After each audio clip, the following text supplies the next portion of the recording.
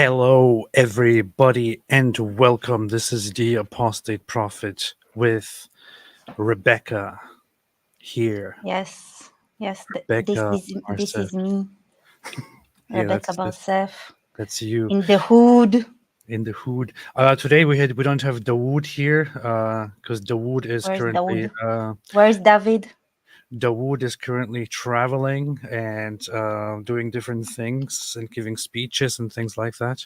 So because of that, I have a replacement here, much better than David. Much better than David. I have Rebecca here. Rebecca, what's up? How you doing? Good. I had an awesome, great day. We've been great news. It was. We were on ecstasy all day today. Yeah, Everybody, not just me. It's nice when it's national. Finally, some good news, right? It's very, very nice. It's like heroic. Yeah, I what was very nice is in the morning when I woke up.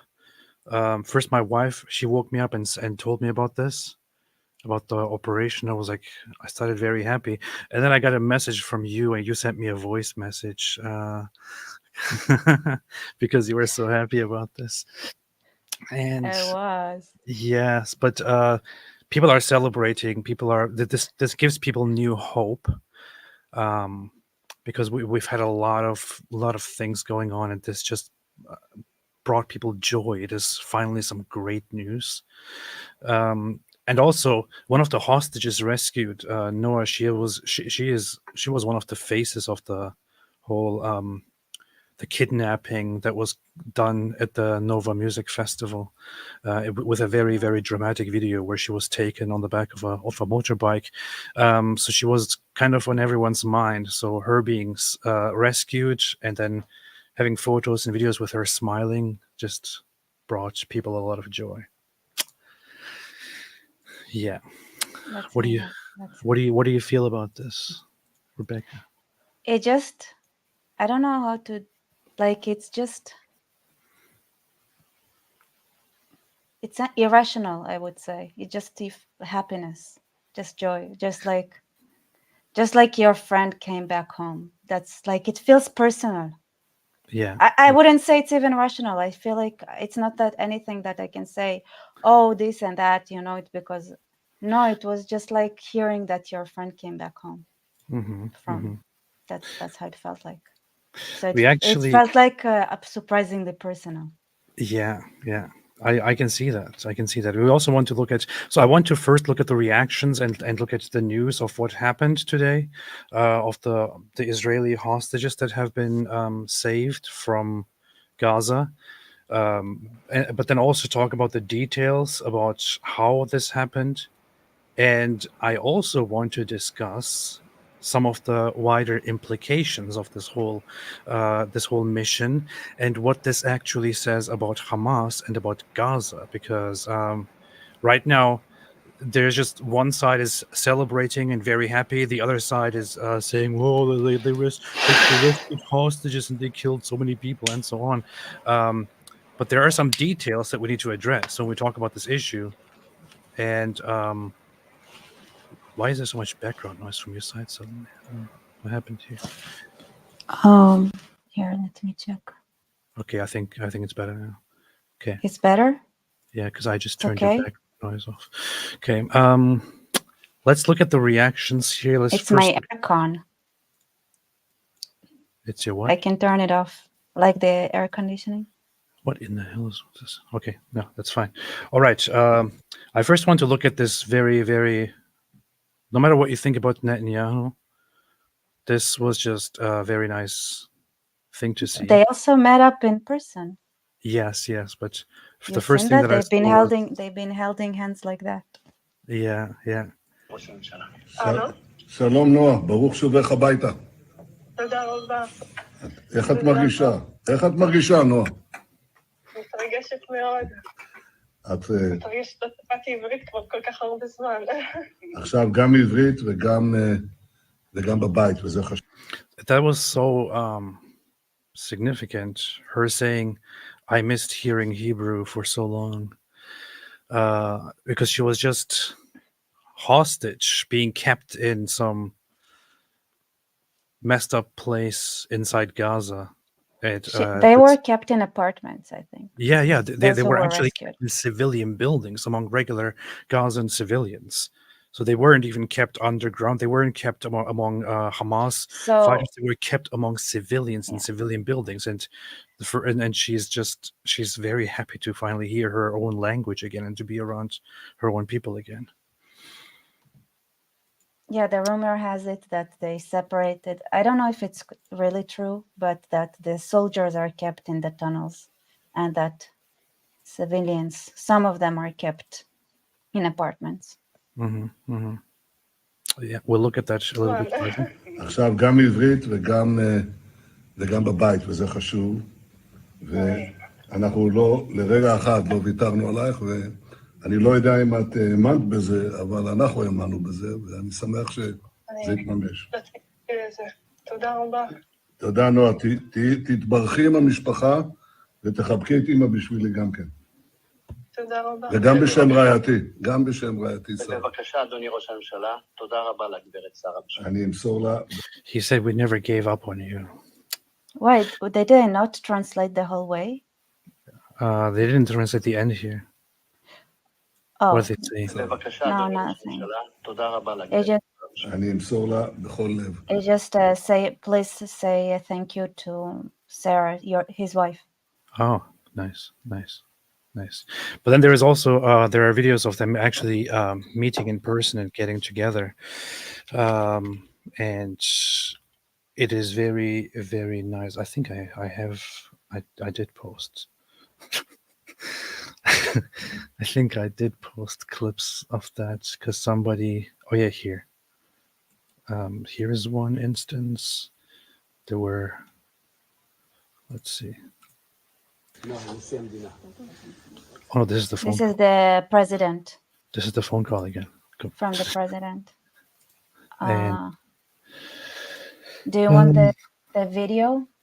Yeah, of I'm pretty sure I have it somewhere. I just have to quickly find it again. I think I have it too. If you want, I can send it to you. Yeah, I thought I have it already here, but yeah. No, Let's see. let's see. Oh yeah, I have a longer clip. I think with him meeting all of the hostages that were rescued. Here, I got it. Yeah. Вау, спасибо вам. Thank you. Спасибо вам. In Russian. Что происходит? Что? What did he say there? Thank you. What's going on? Because in the end, when he did like that, when he would look at it, and Tanya was like, "What's going on?" like it's like I can't believe what's happening. Because of the shock of him being there personally and Yeah. hugging him and all that. Mm-hmm. That's very, very, very heartwarming. Very, very nice. Very good. Спасибо вам.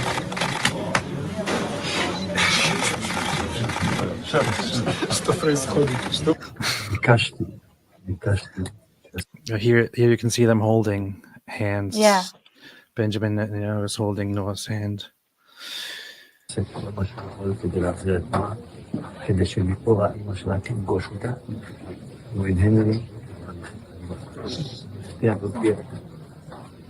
זה מאוד נגע. זו העוצמה של ראש הממשלה. מאוד נגע. אני בהזדמנות זאת רוצה להודות לצבא האיכותי, האנושי. What did I say? Can you summarize So what he they... started with saying that soon she's gonna meet her mother. She's in Ichilov. She's in another hospital. She has cancer, and that as she said, like this is like something along the lines of like I can't remember exactly, but thank God, and like this is our prime minister. Like this is strength. And then he said, I want to thank the IDF and our security forces. They are the most humane, amazing people. Very, very nice. Yeah, for those wondering, Rebecca does speak, of course, Hebrew and also Russian. Yes. And You Da. do speak Russian. You also speak a little bit Georgian, don't you? A little bit, yeah. A little bit. A little bit.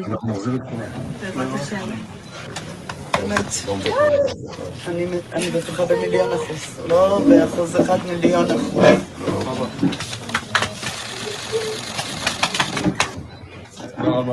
They said he said that they're gonna work to release the other hostages and like rescue the other hostages. And she said, I it's not that I trust you in 100%. I trust you 1,000,000% that you're gonna get them.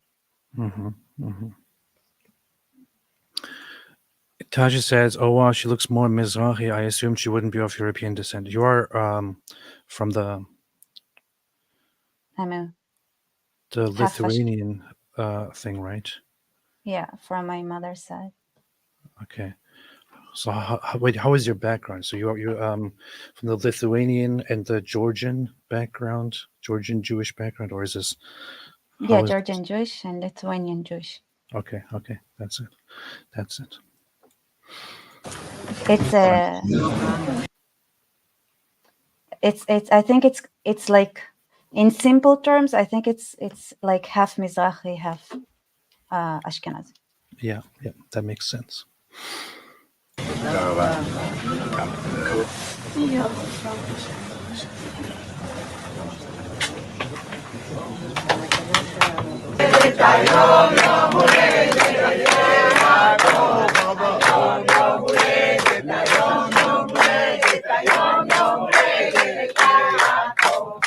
Is that a birthday thing? Yeah, that's you know how old I was when I realized that Hebrew happy birthday song doesn't have the same melody as others. Happy birthday song. I like all my life I was like happy birthday, and then and then I never realized that those are not. I thought it's the same melody until somebody said like try. I was like, wait, it's not the same melody. But they're saying happy birthday because it's also Noah's father's. It's her father's, birthday, right? 69. Yeah. That's such a beautiful birthday present. Can you imagine? I know, right? I think this is what I said on my live, is like, we should appreciate things we already have. Yeah. Nice. כולם שיחזרו, אמן.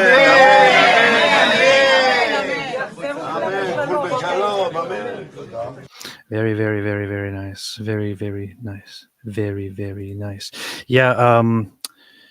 So for those not aware how this happened, I saw somebody asking in the chat earlier as well. Really, Shona Thornton, you made a super chat for this joke. She speaks hillbilly Georgian. No. By Georgian, we're referring to the country of Georgia.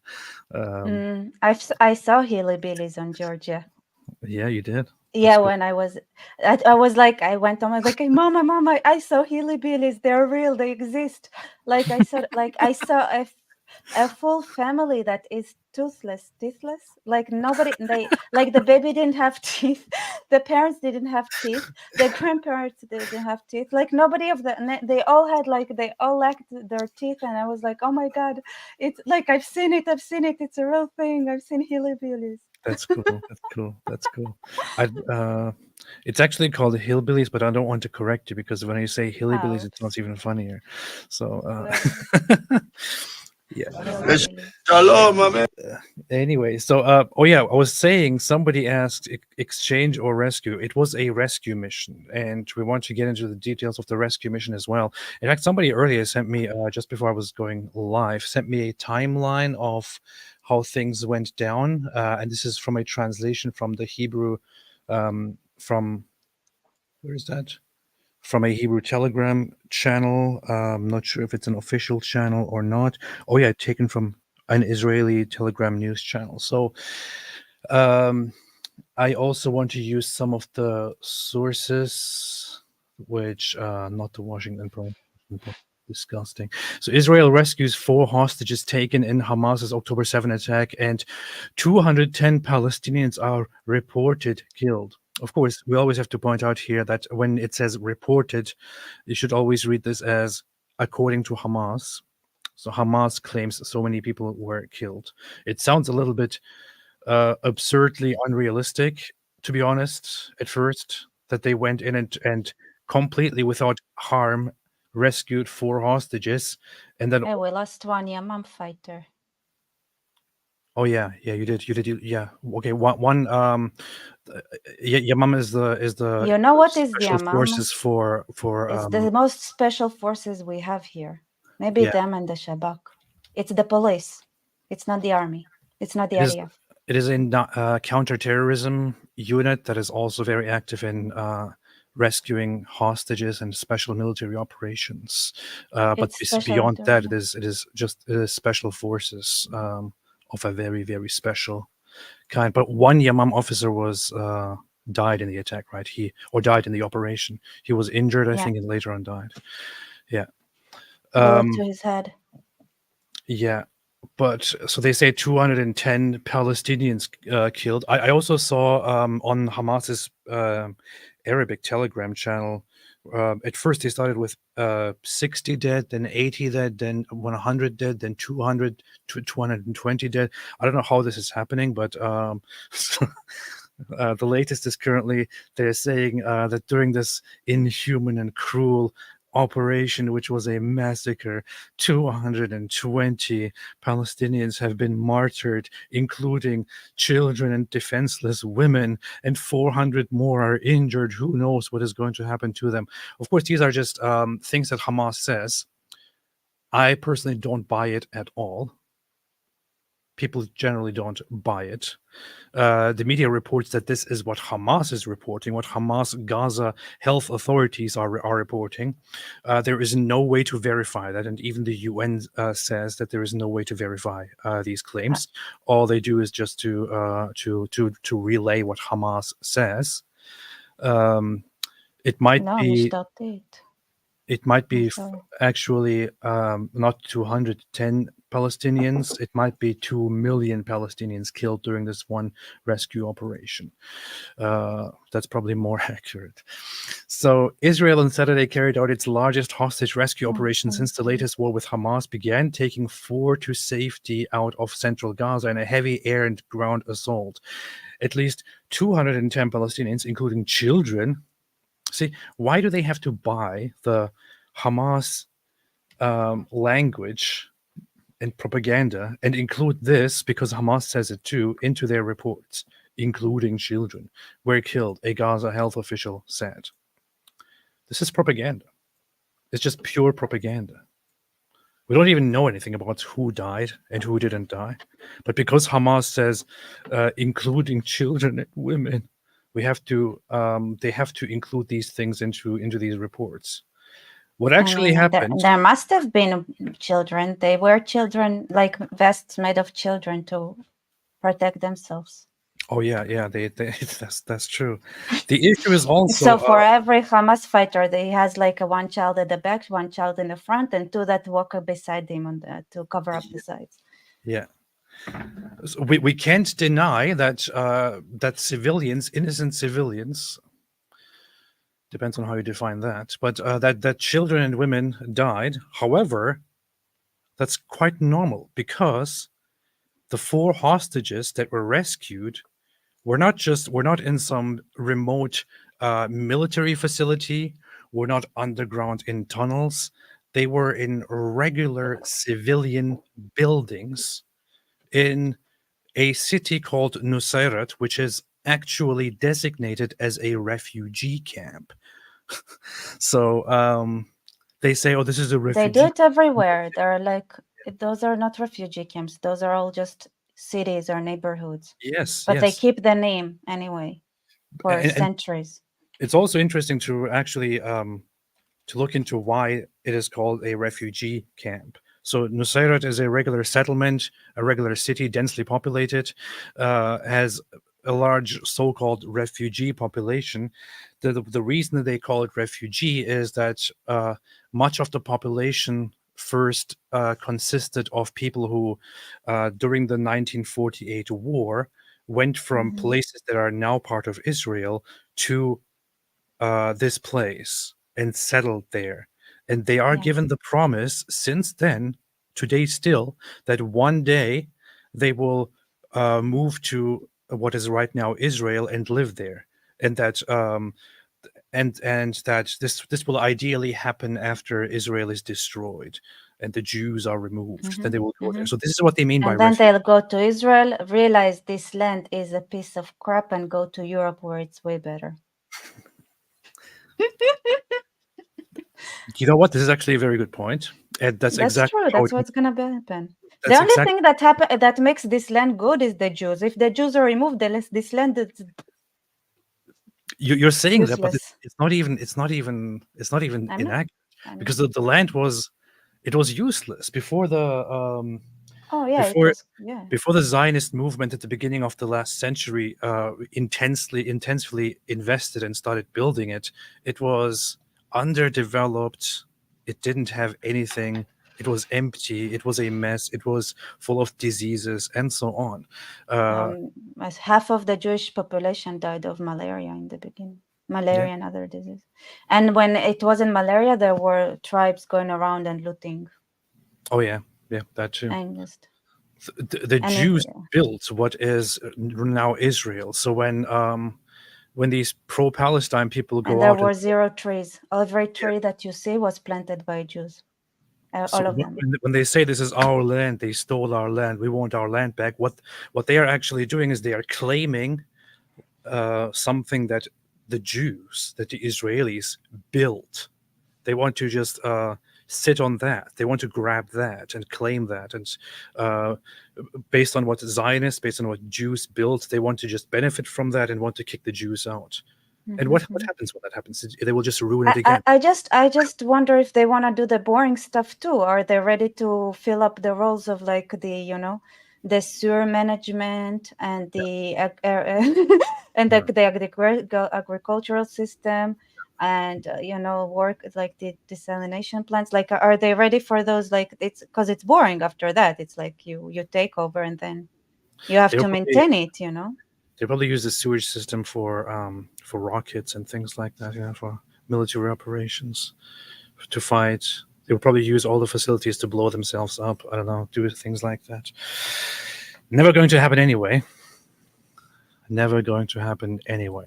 But it is an interesting thought project, right?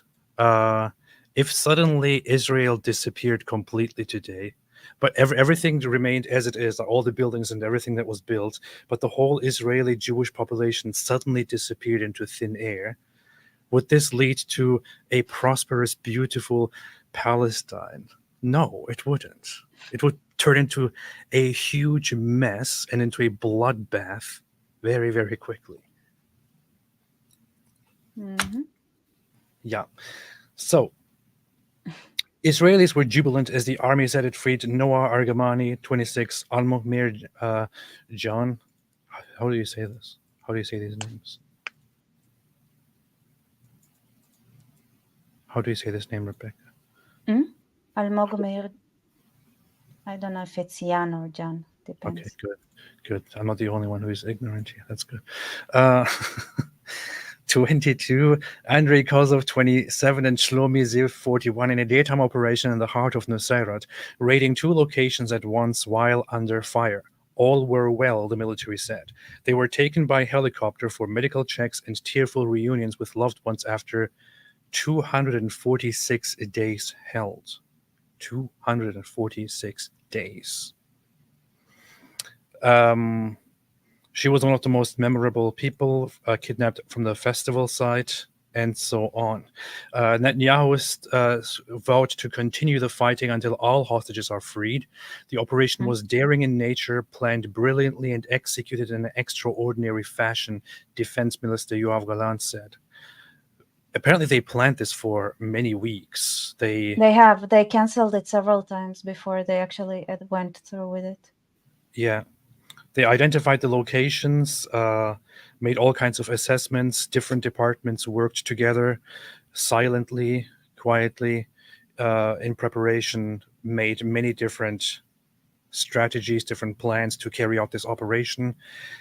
Eventually found the moment. I think the report was that they found an opportune moment because of something, I don't know, and decided, okay, now is the time. Operation starting now. So they did it. And they did it perfectly. All 4 hostages saved without harm. Unfortunately, Yep. one officer of the special forces has died, but the operation is successful. Fantastic. Of course, the other side started calling it a massacre and a bloodbath immediately. But here is the issue.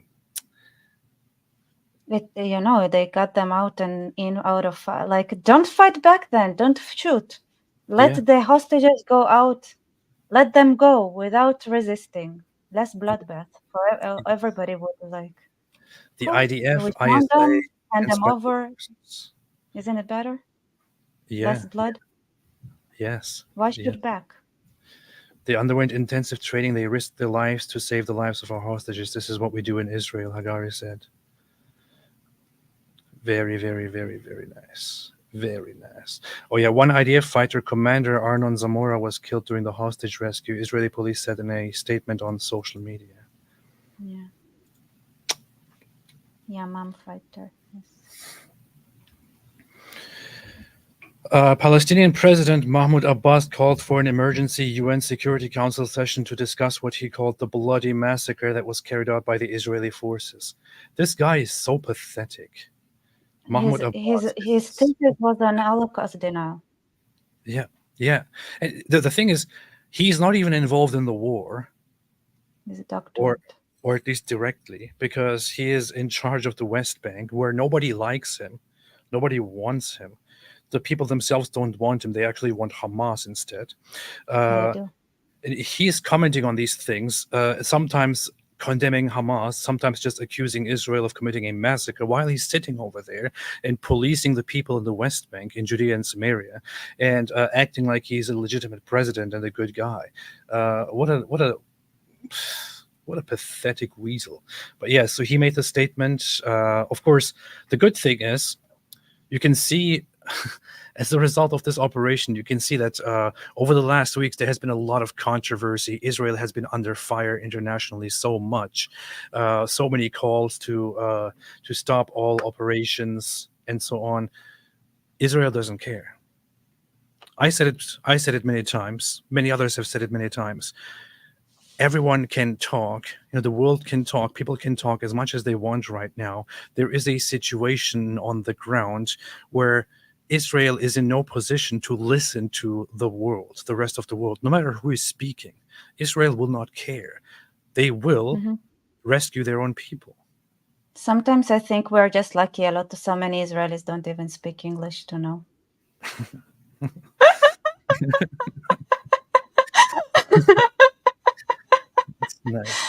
Nice. Uncertainty around Nusayrat, the death toll, and so on. There are different aspects that I want to talk about when it comes to this operation. And I made some notes. I also got this timeline of what exactly occurred. So let me have a look at that quickly. So Thursday, 6:30 p.m. After meticulous planning drills, models, and advanced intelligence tracking that lasted for many weeks, the political echelon approves the operation initially named Summer Seeds. The approval was given in a classified discussion under heavy compartmentalization and waiting for the right moment. Saturday, 10 a.m., 2 main spearhead teams jumped from several directions disguised as Arabs toward the Nusayrat refugee camp near the beach. The forces moved secretly in broad daylight to the 2 buildings where the hostages were held. Among thousands of Palestinians and hundreds of terrorists from the local Hamas battalion who do not notice them. According to the Palestinians, the forces entered using a humanitarian aid truck, and Al Jazeera even published footage of it with IDF vehicles, likely from moments after the operation. The IDF denied this and also denied using the American pier later. Because because this is also one of the claims. Special ground observations at 10:45 and technological surveillance tools from Air Force aircraft identify that the area is clear and there is no suspicious movement in the two buildings, 3 to 4 floors high. In one of them, Noah Argamani was held, and in the other, the three other hostages, along with Gaza families and armed guards. This is very important. This is a very important point here. So, by the way, the official Hamas policy, they kill any hostage if they see a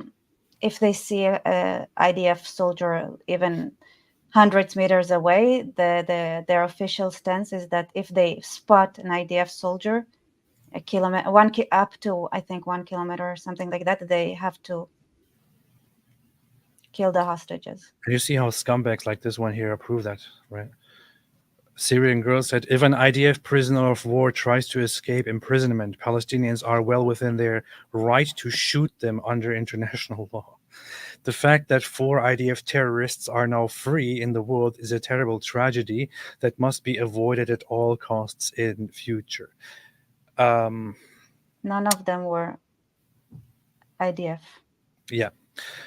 There are so many things to say about this. But so this disgusting person here, of course, makes another post that is typical of her because she's a disgusting individual. But several things to correct here. None of the 4 rescued hostages were active soldiers.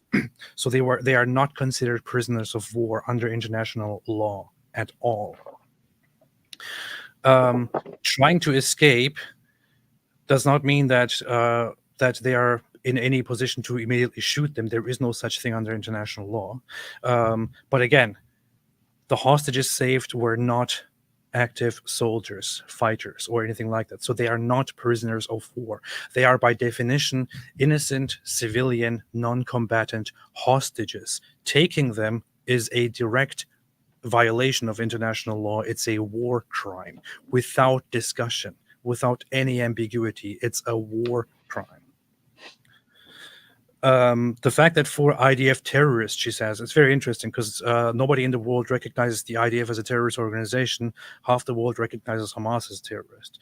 The way the world is going, it's gonna be something that will be also called like. I wouldn't be surprised. No, probably won't go there. Probably won't go there. Things seem a little bit darker right now than they actually are.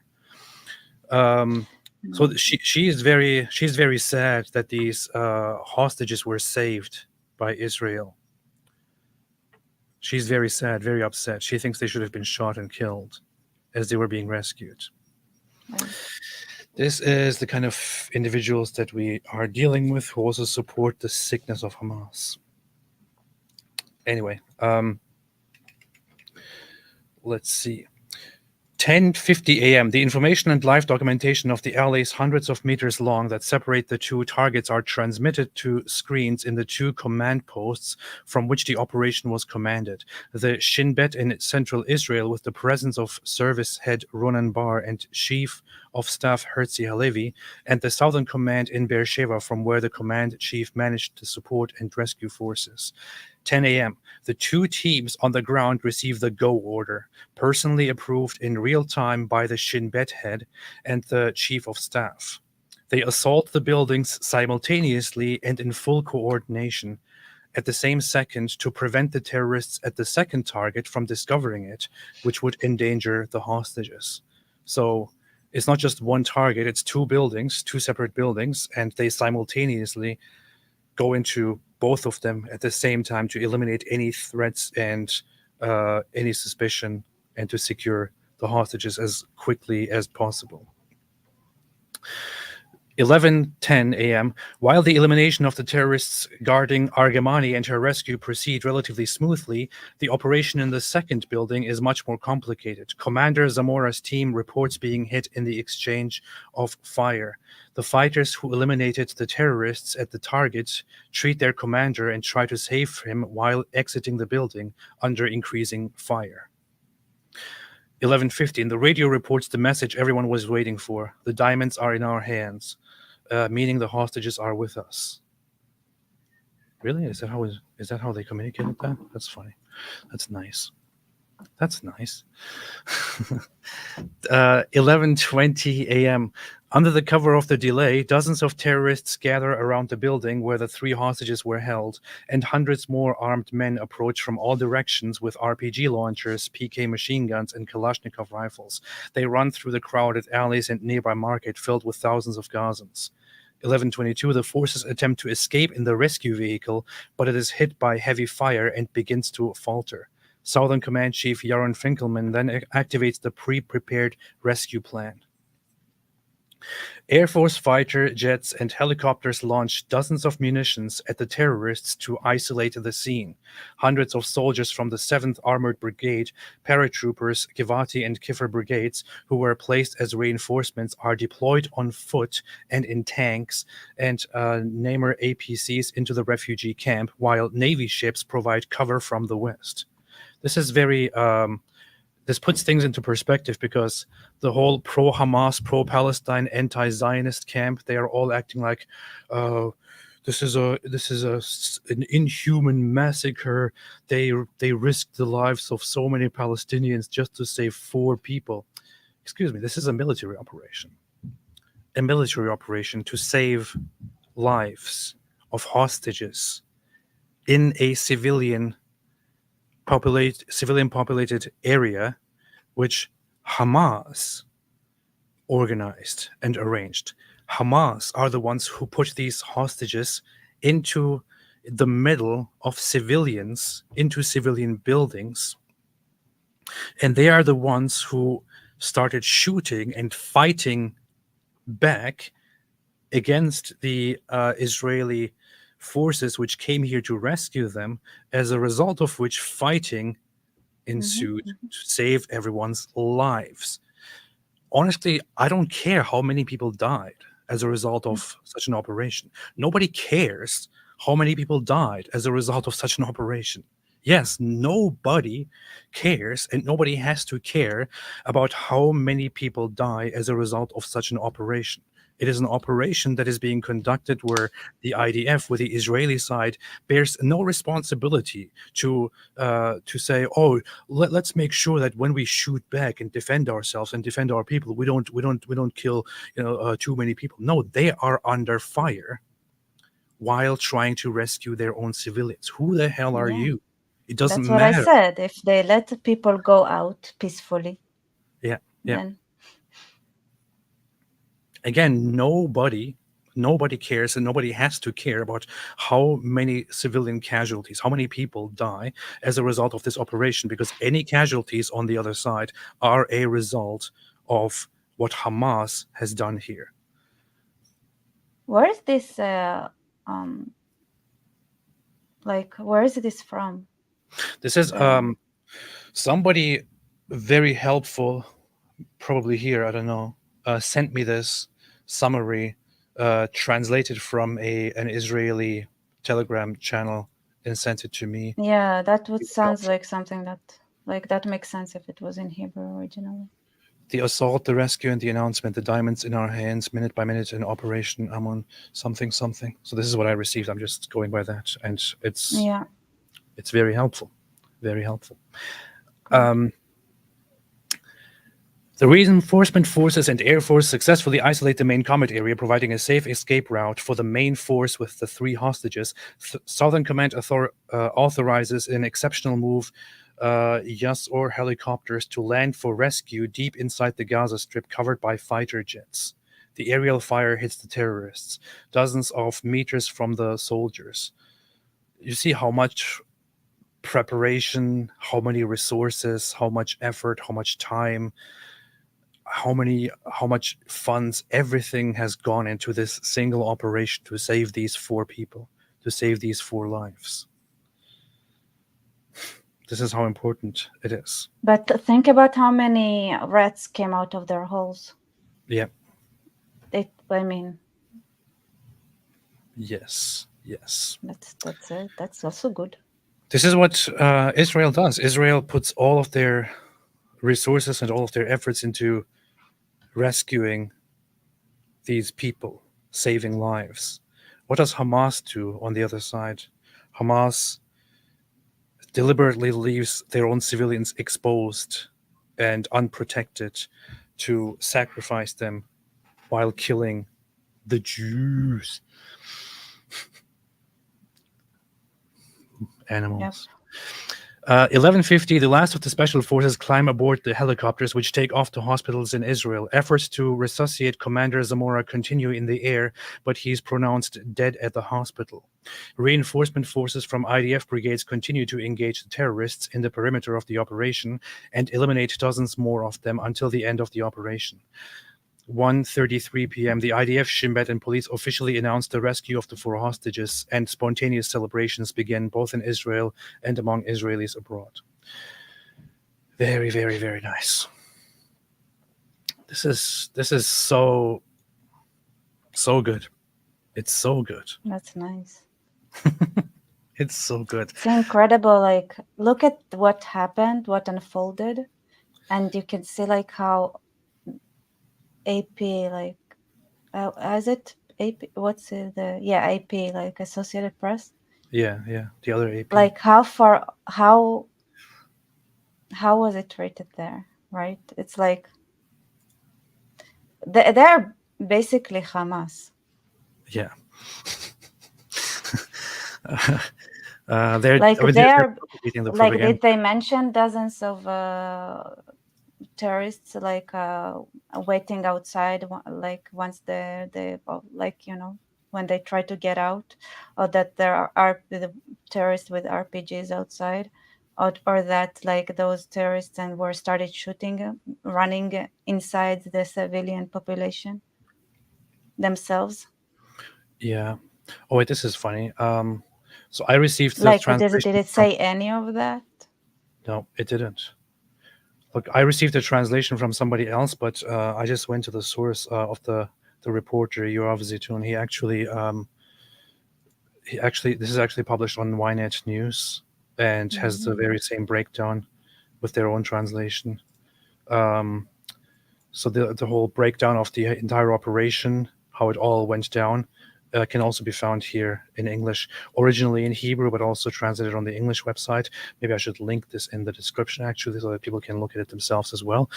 Very, very nice source, something that you just don't see on the international global media when talking about the conflict. As Rebecca just pointed out, when you go on these regular news channels, what you see is 4 hostages rescued, so many killed according to Hamas, and you don't see anything else. When you look at don't say like details of what's interesting, then you understand why there are casualties. like they we don't even know. Was it the RPGs that Hamas were shooting that hit all those civilians? We will never know. We will never, never, ever know. Yeah, I wonder how it happened. We will never, ever, never, ever know. Okay, I'm putting this in the description. Tens of it described it 10 of terrorists and hundreds of armed people, and with RPG, PKs, and Kalashnikovs. Crazy. Okay, I pinned it in the chat so that everyone can access it and read it for themselves there. I also put it in the description. This is very, very important, a very crucial thing to look into. If you just look at this, you will be probably better informed than most news sources, to be honest. I don't know if they have it in English yet, but there are some stories that came out from the actual, like, what they said, that they were forced to read the Quran. This is the title. The hostages were forced to read the Quran. That's interesting. And Nas was with other 2 hostages that were killed. Well. So anyway, and they also had to learn Hadith. They did. They were forced to study the Hadith. Yeah. So the thing is, there's a lot of stuff that is going to happen now behind the scenes, where all of the 4 hostages that were rescued today will be they will be undergoing medical treatment. medical assessments, psychological, psychiatrical assessments. We'll meet with all kinds of different people, from lawyers to different humanitarian organizations and so on.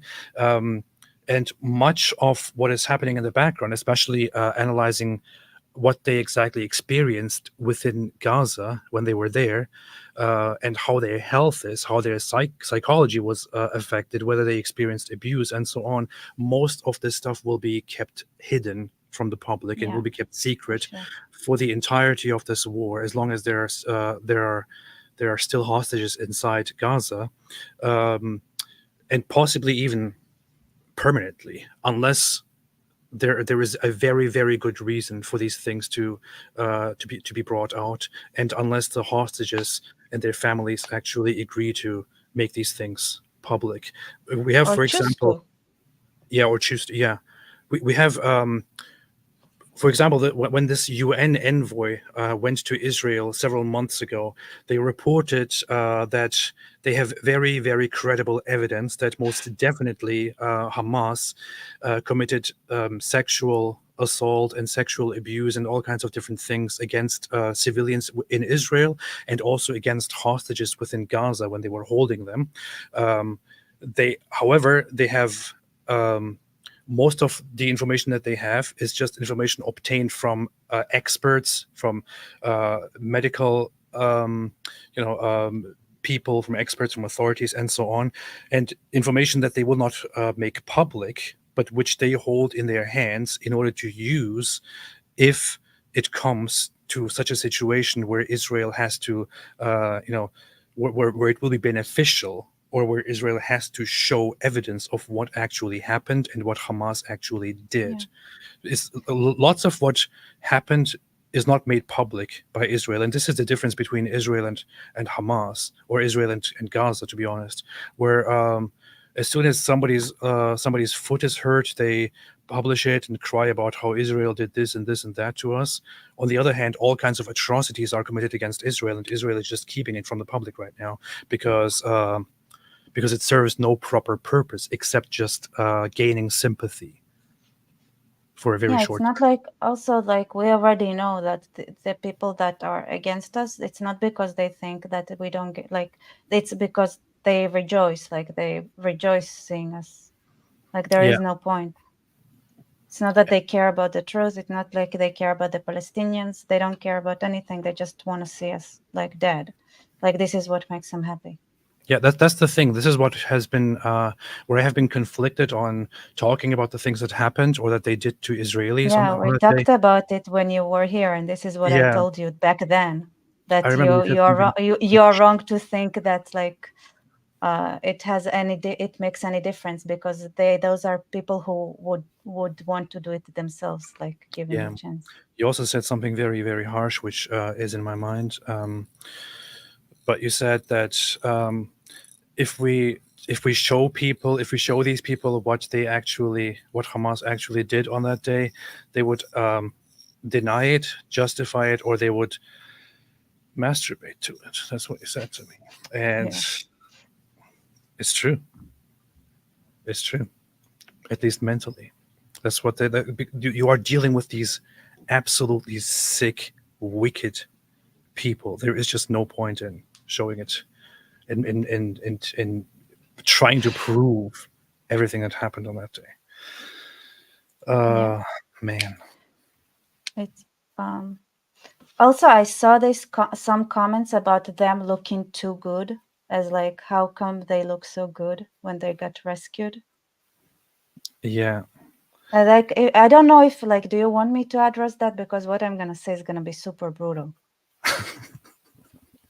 Like, super, super brutal, not to words, like, I can explain why they look relatively good. Like, if you think straight for a second. Well, I can think of one reason, which is publicity, and why they take special care of. It's not. It's more technical than that. How long do you think people can survive starving? How long do you know that, like, excessive, grape is deadly? They can only survive several months. If it's if it's done daily, they die after several months. Like, just reality, just the way that our body is built. How long do you think we can go without food? How long, like it's either you keep people fed and you do it like in everything in moderation, like torture in moderation. There is a limit to how long a body can survive at all. Like, Yeah.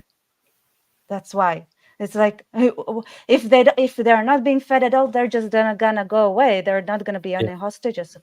Yeah, you want to take care of the people that you're using and abusing, and Yeah, and rape is sexually deadly. abusing. Rape Yeah. is deadly. Is deadly, and active is you people die. Yeah. Here's one photo that stood out to me, where you can clearly see that Coca-Cola supports the Jews. So if you buy Coca-Cola, it means you're supporting the Jews. It's so stupid. This just reminds me of dumb propaganda that I heard when I was a child about Coca-Cola and all kinds of products. But it's very nice to see them get together and just be happy. It's very, very good. Israeli Twitter account said this morning in a joint special operation held by the IDF, ISA, and Israeli police, 4 Israeli hostages were rescued from Gaza. They are in good medical condition and have been transferred to the Sheba Tel HaShomer Medical Center for further medical examinations. The 4 were kidnapped by the Hamas terrorist organization from the Nova Music Festival on October 7. So again, lots of people will say stuff like, oh, these were soldiers, they were IDF, of course, prisoners of war. No.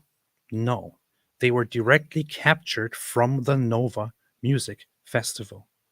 Directly taken from there. They were there having fun. They were there celebrating, living their daily lives. And then they were taken by these Hamas terrorists who killed nearly 400 people at that festival and captured many others.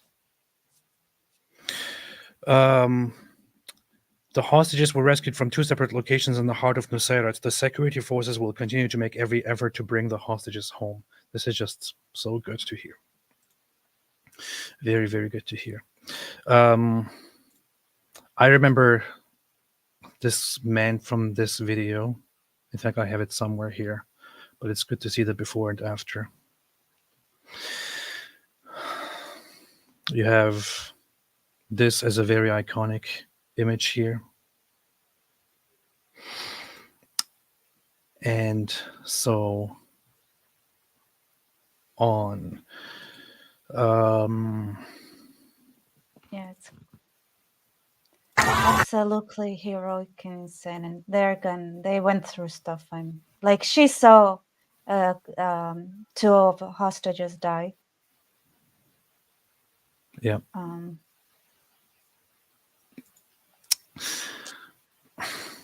I have been wanting to say something like this here all day long.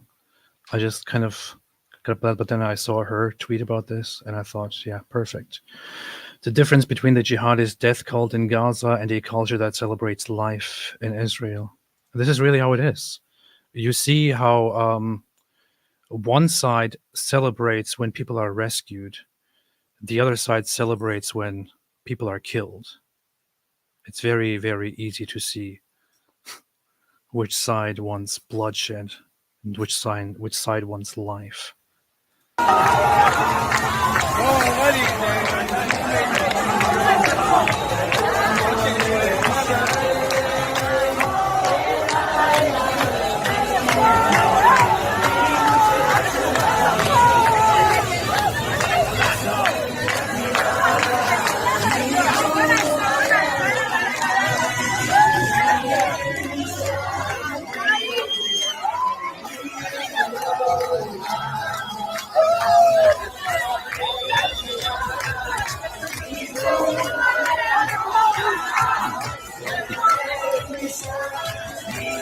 It's so good. So good. Full of joy. It's so weird. What is weird? Just looking, like, I know you, like, in outside, like, don't get to interact with them, but a lot of times they just didn't have a choice, you know? What are you talking about? Who are you talking about? Like the Gazans. Oh, yeah. Do you want to talk about them? Like, yeah, because today I met someone who was in the special forces, and I asked him, "What are the Gazans like?" Mm-hmm. And then he said, "There are good people there, but they're being brainwashed and they're being indoctrinated, and you can see that. Yeah, But there are also good people definitely. inside of that." Definitely. I mean, we're talking about humans, right? We're not talking about some entity that is beyond human nature, that is like complete animals, complete monsters, whatever it is. No matter what enemy you're fighting, on the other side, you are fighting other humans who are being misled and who believe in some really sick, really messed up ideas. There are lots of people, of course, on the other side as well, who will be, in essence, good people and who, I don't know, don't want anything bad, but like, why wouldn't they celebrate like that? Why wouldn't they, though? you mean like this when hostages are Yeah, kidnapped? because this is something I keep saying. Morals and there this behavior, this is the natural state of humanity. We can, like, in a way, it is. And all the morals that Jews and other, but let's be honest, that Judaism brought to the world were not were unique. Were Yeah. unique. Were different. They changed the world. But think about how long it took, how much bloodshed there was until the morals that Judaism had brought became the obvious thing. Which I checked, like I didn't find anything similar to that anywhere. Yeah, you probably had different cultures that introduced different things. But with Judaism, No morality. There was with no morality with there. Judaism, what is unique is that the Jewish people had a very, very sophisticated, very good aspect of. Judaism brought the concept of equality before the law. It didn't exist before. So yeah, so the Hebrew people, the Jewish people, had a very sophisticated way of writing it down and collecting it and turning it into the basic essential law. And this is unique. Yeah, you probably can't find much that you can compare to that in history. The issue is with Gaza, especially with a mostly Muslim population, you will not have much of that morality because people call Islam an Abrahamic religion. People say Abrahamic religions. Islam's only claim to being an Abrahamic religion is that it started adopting these narratives from Judaism and somewhat from Christianity, but it doesn't descend from the Israeli lineage. It doesn't descend from that. It has no connection. It's not like Christianity. Natural connection to it. Yeah, it's not like Christianity. It is not naturally part of that culture. It doesn't come from that culture. It comes from a completely foreign, completely different culture and tries to claim that it is Abrahamic. Tries to claim that it comes from the same source, but it doesn't. So it's lacking. It doesn't have the same morality. It doesn't have the same values. It doesn't have a solid foundation. This is what Judaism has. It is what Christianity develops in a different way. Islam doesn't have it at all. Which is why. But if you read like the draconian laws that work in Greece or the law system everywhere else, they had the exact same kind of thinking, the exact same. Like even in Japan and Korea until World War II, what kind of like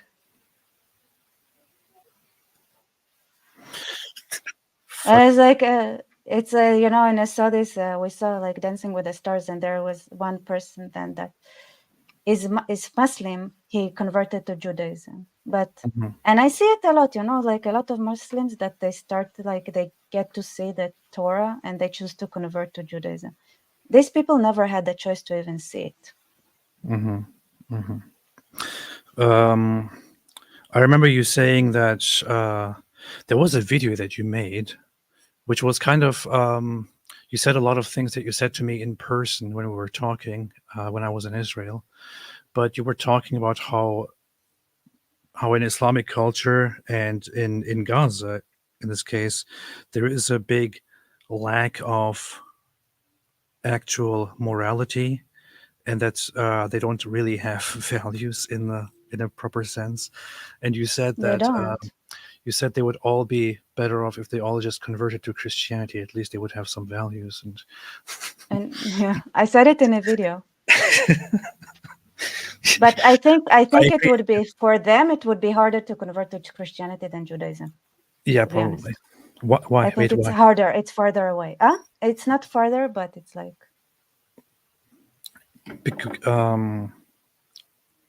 Okay, I want to ask why, but then we'll go into a whole. it's too long hard. discussion. Yeah. Yeah. First of all, you can continue not eating pork, but Okay. But yeah, let's see. So here is the commander Zamora who died as a part of this operation that was conducted today successfully. Much respect to him and to everyone who was involved in the operation. It took a lot, but they did a fantastic job. They did an absolutely fantastic job and brought joy and hope to so many people who really needed this right now. And yeah, they did fantastic work. Wait a minute. Now here's what the IDF says about casualties. Let's look at this report here. According to the Times of Israel, IDF says under 100 Palestinian casualties, including terrorists, in rescue operation. Hamas claims 210 martyrs. Of course. IDF spokesman Rear Admiral Daniel Hagari says its forces came under intense fire during the rescue operation in Gaza's Nusayrat and that they responded by firing from the air and from the street. We know about under 100 Palestinian casualties. I don't know how many of them are terrorists, he says in a briefing with journalists reported by Reuters. Oh, I already can see that how some people will jump on this and will say, what do you mean you don't know how many are terrorists? Yes. They were in a very intense operation where from within Gaza, among the terrorists, people started intensely firing at the IDF. How do you expect the IDF to know how many of the dead as a result of this brutal operation were terrorists and how many were not? to be honest, Don't I say don't it. like when Israeli news outlets and play this game, like they play this game where they're like responding to why there were 210 dead. Like, I don't like it. Like, just say what really happened, like how they were like surrounded by dozens of terrorists and everything like that, and use that as your title, not like on this kind of responsive, like meek kind of. Could you say that it's also the Israeli government and the officials in charge may also wrongly do this whole trying to explain game a little Some bit, do, aside yeah. from the media? Because I think so one good thing is, like, for example, 2 days ago when this operation was made against the former UNRWA school, the IDF didn't care at all, or Israel didn't care at all. They just published the facts about it, while Hamas was making all kinds of ridiculous claims, and they just moved on. That's it. It was perfect. Today, this was done as well, but there are some additional efforts to point out, so many, we don't know how many terrorists this and this happened. But yeah, you're right. I actually said this as well when I was in Israel, and when we were at the JNS interview, I said that Israel collectively needs to stop with the way of thinking that they have to somehow explain or have to somehow respond to certain accusations, that they have to explain themselves. It's not necessary, and it doesn't matter at all. It doesn't matter. Trying to explain yourself in the face of things like this, it doesn't really matter at all. Because people won't change their minds. They don't care about the facts. They're doing this whole game because they want to accuse Israel. That's it. Israel should just do what is necessary, lay down the facts, and that's it. They're doing a great job at that. And I think Israel also nowadays cares much less about this whole aspect of explaining than they did in the past. In the past, it was much more common for Israel to try to explain what actually happened, what transpired, and so on. I think they care less and less about that compared to a few decades ago. What do you think? I think it's like it's like it's like a sinus function. They remember and forget, remember and like they relearn every time. I think you can plot it and see it's just like a sine function, like, oh, what are we doing? We should be doing that, and then it's like they forgot to like go back and relearn, and like this is how it is. Let's see, bringing them home. The moment we rescued 3 of the 4 hostages from the heart of Gaza. Oh, they just posted a footage of them being put on a helicopter. That's it. Okay. Oh, that's cool. Let's see what Hagari said. You know what's very stupid? The UN Secretary bastard guy, Antonio Guterres, whatever, he actually said something like that he's relieved that hostages were saved. And the one question that just came to my mind immediately is that guy also has been calling for ceasefire, immediate ceasefire, ceasing of operations for a long time now. Had Israel listened to him, this rescue operation would have never happened, and these hostages wouldn't have been saved, wouldn't have been rescued. So how in the world does he come out, this two-faced bastard, and express relief for the rescuing of hostages? Do you know, have you ever seen the Swedish UN offer after the independence war, that No. what they wanted? No. So they offered to negotiate peace with us and the Arabs, and their offer included giving up the Negev and the Galil, which were part of the territory that was assigned to Israel by the partition plan. Yeah. So the UN came to Israel after they won the independence war, and tried to force them to make peace by giving up a land that was already designated to them after, of course, Jordan was given in 1922 to the Arabs.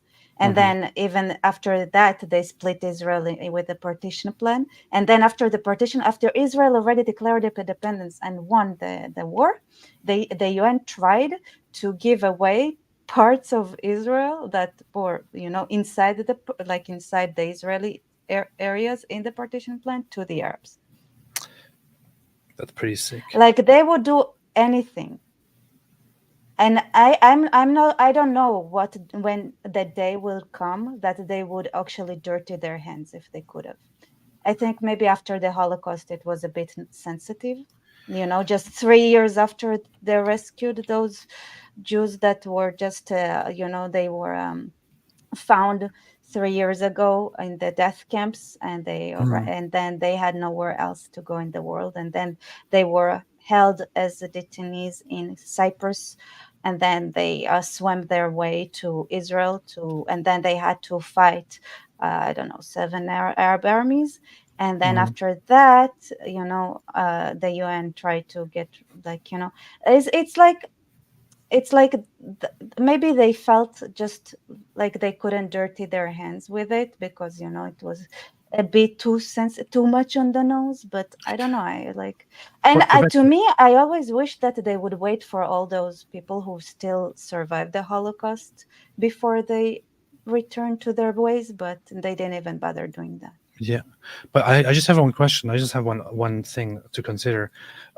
So looking at this map, the Negev is just roughly this part to the south. All of that. Wouldn't it be reasonable to just to say, okay, we agree to a Palestinian state, but not here. So this will all be part of Israel, but a part of the Negev desert will be given That's to a terrible idea. as an Israeli state. As a No. Palestinian state. It cuts us off from the Red Sea. That's a stupid strategic thought. Well, you don't have to go all the way. You could like do a little part here, maybe, like here or here. Why, or if like there is such a nice sea next to us, why give them the desert? What about the blue part? We can build an island or something if we're nice. That's a good point. Let's listen to this. This morning at 11 a.m., Israeli Special Forces conducted complex hostage rescue mission and successfully rescued 4 of our hostages from Hamas captivity in Gaza. Noar Gamani, Almog Meir Jan, Shlomi Ziv, and Andrei Kozlov. They are back home in Israel. They are alive. They are well. They will undergo medical examination and will soon be reunited with their families in the hospital. Noah, Almog, Andrei, and Shlomi were rescued after 246 days in Hamas captivity after they were brutally kidnapped from the Nova Musical Festival on the 7th of October. This was a high-risk complex mission based on precise intelligence conducted in daylight in 2 separate buildings deep inside Gaza. While under fire inside the buildings, under fire on the way out from Gaza, our forces rescued our hostages. Israeli forces have been preparing for this rescue mission for weeks. This is a good point because here Milas recorded in AP's room. This is true. This Hagari was actually speaking here in front of the same. And you're almost wearing the same shirt. So yeah, look, I'm even wearing an IDF shirt here. Look, Israeli Defense Forces. This is not a coincidence. Now I want to wear something. Why are you the only one? They underwent intensive training. They risked their lives to save the lives of our hostages. This is what we do in Israel. We risk our lives. That's what they do. The lives of our hostages. While we are. That's what they do. Israel saves lives. That's what they do. You know what Hamas does? They do urinating upon one another. That's what they do. Yeah.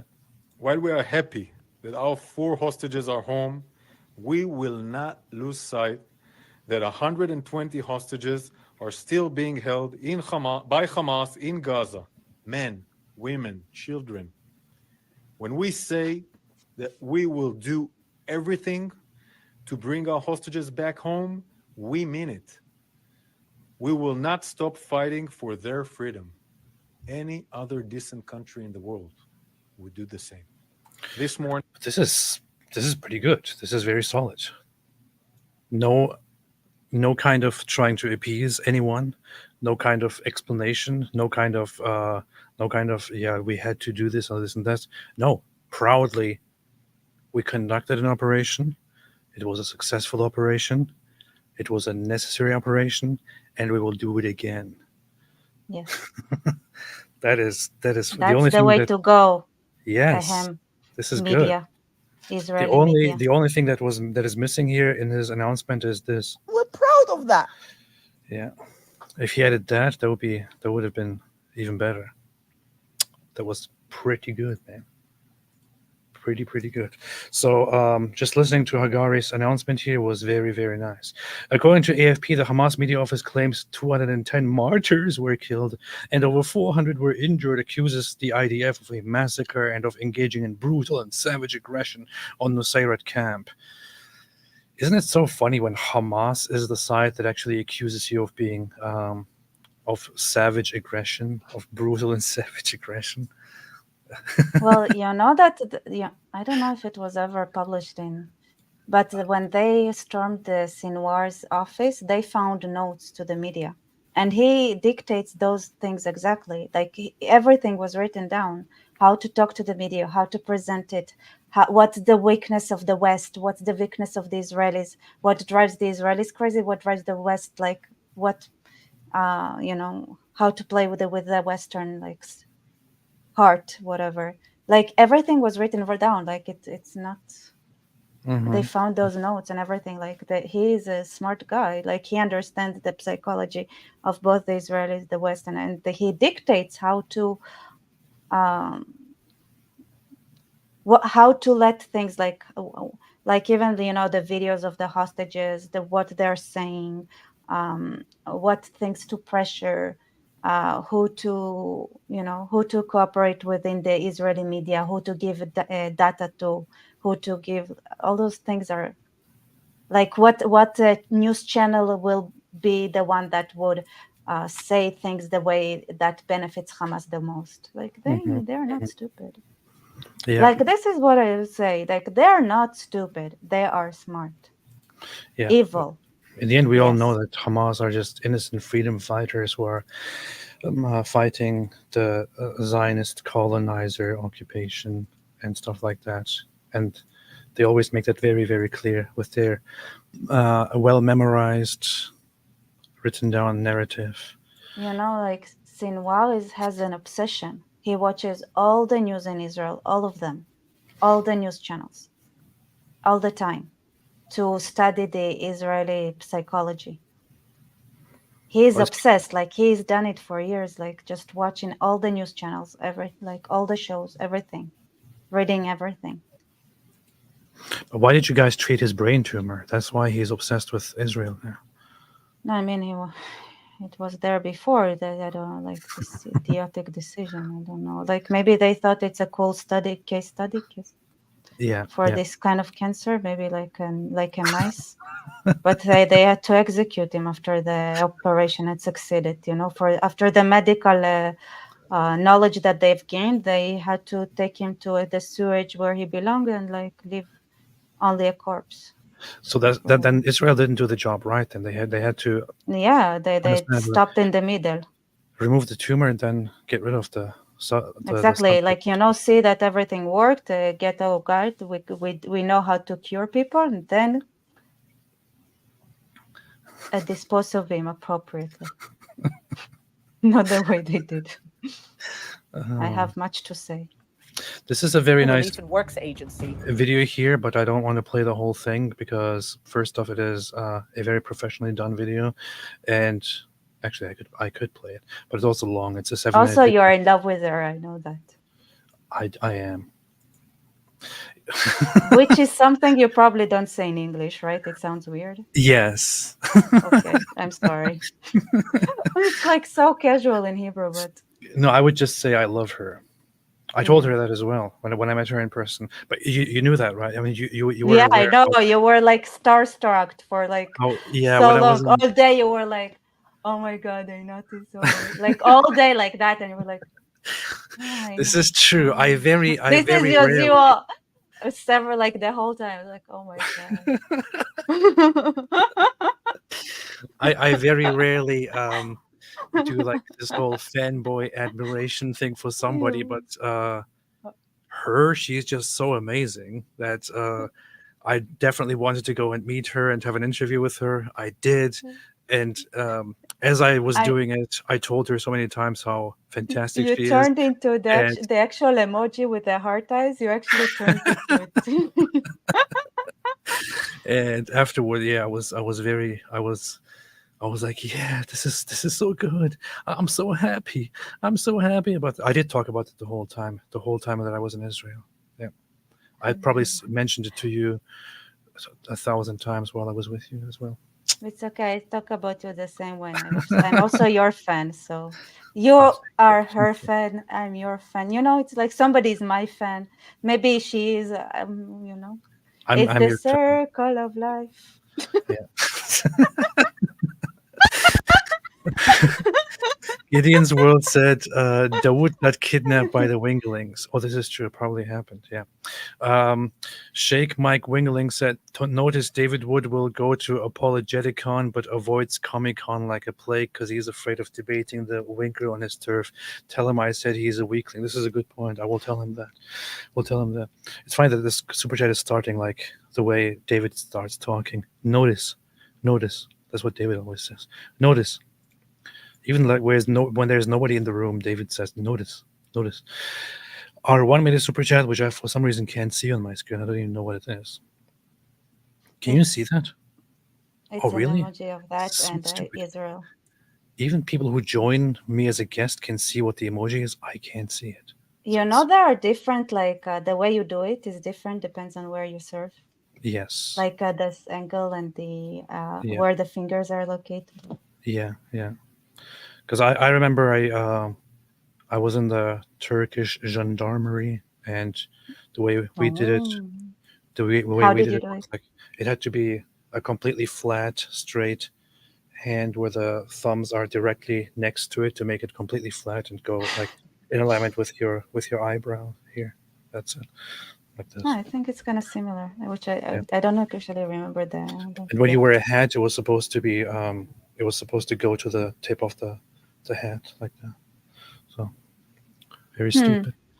Maybe I can see. Maybe there are still the Ottoman residues in our army. Maybe. Deus Volt Prime said IDF is greater than Allah. Of course. The pagan moon god of Hamas from Hong Kong. Thank you so much. Appreciate this. Iron Kippa said, my fiance dreamed last night that Noah was released and was terribly upset to realize that it was only a dream. A few hours later, Noah was released. Wow. That is nice. That is nice. Benjamin Bell became a YouTube member. Welcome to the channel and welcome to the cult. The Uralic tribe said, I forgot to mention on Rebecca's live that there were a few Hungarian Jews who were among the hostages taken by Hamas, but they were released earlier. So thank you so much to the IDF. God bless you all. Yes. Much respect and much thanks to the IDF for their fantastic work. Benjamin Bell made another super chat. Erkan Apkane said, hello, Shaky Booty. Not sure who you're talking to. Shaky Booty is not here. Ness Ivan said, I'm not even gonna translate it. It's not even funny. What does it say? I want to see if it's funny or not. It's a joke about Bibi and Sarah. Everybody jokes that Sarah is actually the one that's running, but the country, not Bibi. Which in that case, she's doing great. Oh, okay. I see. But I think it's just, I don't like it. It's like a Jew's joke. I see. Okay. Rebecca is a big fan of Bibi. That's why. No, I mean, my friend studied with one of their sons. Uh-huh. This woman is very sleep deprived, let me tell you that. But she would show up for like the school activities herself, for her son. Mm-hmm. Mm-hmm. Nice. Sankey said Rebecca is 3 and already knows Hebrew. Shut up. But AP needs subtitles. Please use some of these shekels to get yourself a Duolingo subscription. I'm not sure if you know what the Rebecca is 3 line is about, but it's because it's a stupid math thing from the Talmud. Yes, which doesn't make sense. They decided to take the numbers seriously and to try to calculate people's ages, which to me is but like, nowadays, why are you bothering? Do you really believe they died when they were 700 years old? And nowadays you have Muslim apologists use this whole thing and say Rebecca was 3 years old. Yeah, nobody buys that anyway. Yeah, and it's stuck, as a joke. Yeah, because obviously she's like she got like 40 buckets of water out the well. It's like, whoa. And then before she got married to Isaac, her family brought her to ask her if she's interested. She had to have her consent as well, as a very intellectual 3-year-old. And she fell off the camel to hide the fact she wasn't a virgin when she married Isaac. So, or the camel, the horse or whatever they had there. So that's a lot of weird actions for a 3-year-old. But yeah, it's one of the calculations they did, I think, somewhere. Shake My Wingling said, now you attack hillbillies. May Clitus' curse be upon you. This is beautiful. Beautiful. Shauna Thornton said, I hate that they always act like women are inherently defenseless or innocent. What? Yeah, it's true. Well, the thing is, I have something on my mind about, yes, so the way they view women, of course, women are... What are we talking about? About Hamas and Gaza, and you know how they immediately say women and children were also killed. Of course, in their world, women are just these servants who give birth, and that's it, and that's all they do. Of course, it's not the same thing on the Israeli side, where women are not like that at all. Women are tough, aren't they, Rebecca? I feel defenseless and innocent. I once told it to my brother. I said, "Listen, I'm defenseless and innocent, and like you should be like trying harder to defend me." And he put his arm on my shoulder and said, "I believe in you. You can. Nice. You're good enough." You need to fix your microphone. It cuts out when you laugh. You know that? I think. Oh. There's something wrong with your mic. I think when you laugh, it goes too high and it does this clipping or something. I think I can. You need to I take care can of that. change the Yeah, you need to do that. Pondering Jew says the civilians are all complicit or will be one day. This is a harsh thing to say, which may or may not be true. Sankey, Noah Argamani kidnapper identified as Benjamin Cohen. Leslie Burns said, if you'd like to visit Israel again, I have a guest room. Hope you didn't miss my email invitation. I probably got it. I got lots of good stuff, good messages, good emails from Israel. So many of them. Since we announced that we want to visit Israel, we kept getting them and still do. I am definitely going to visit Israel again, and thinking actually within the next year, want to have another longer trip this time. And I'm even thinking that there should be multiple trips because there's a lot of stuff to do and a lot of things that need to be done. Plus the last trip, which was amateurly organized by me and David, was just so rushed that I had to constantly run around, fall asleep, wake up, run around, fall asleep, wake up, run around. Didn't even get to sleep very much. It was a little bit disastrous. Next time I want to make it better. Yeah. Not as unwatchable. How dare you ruin this halal stream, Prophet? You have a woman on. She isn't writing on a whiteboard. How else are we meant to read if she isn't writing? No burqa on either. How am I meant to control myself? Do you know? Did you see that? Listen, if she was an appropriate wife, she wouldn't know how to write.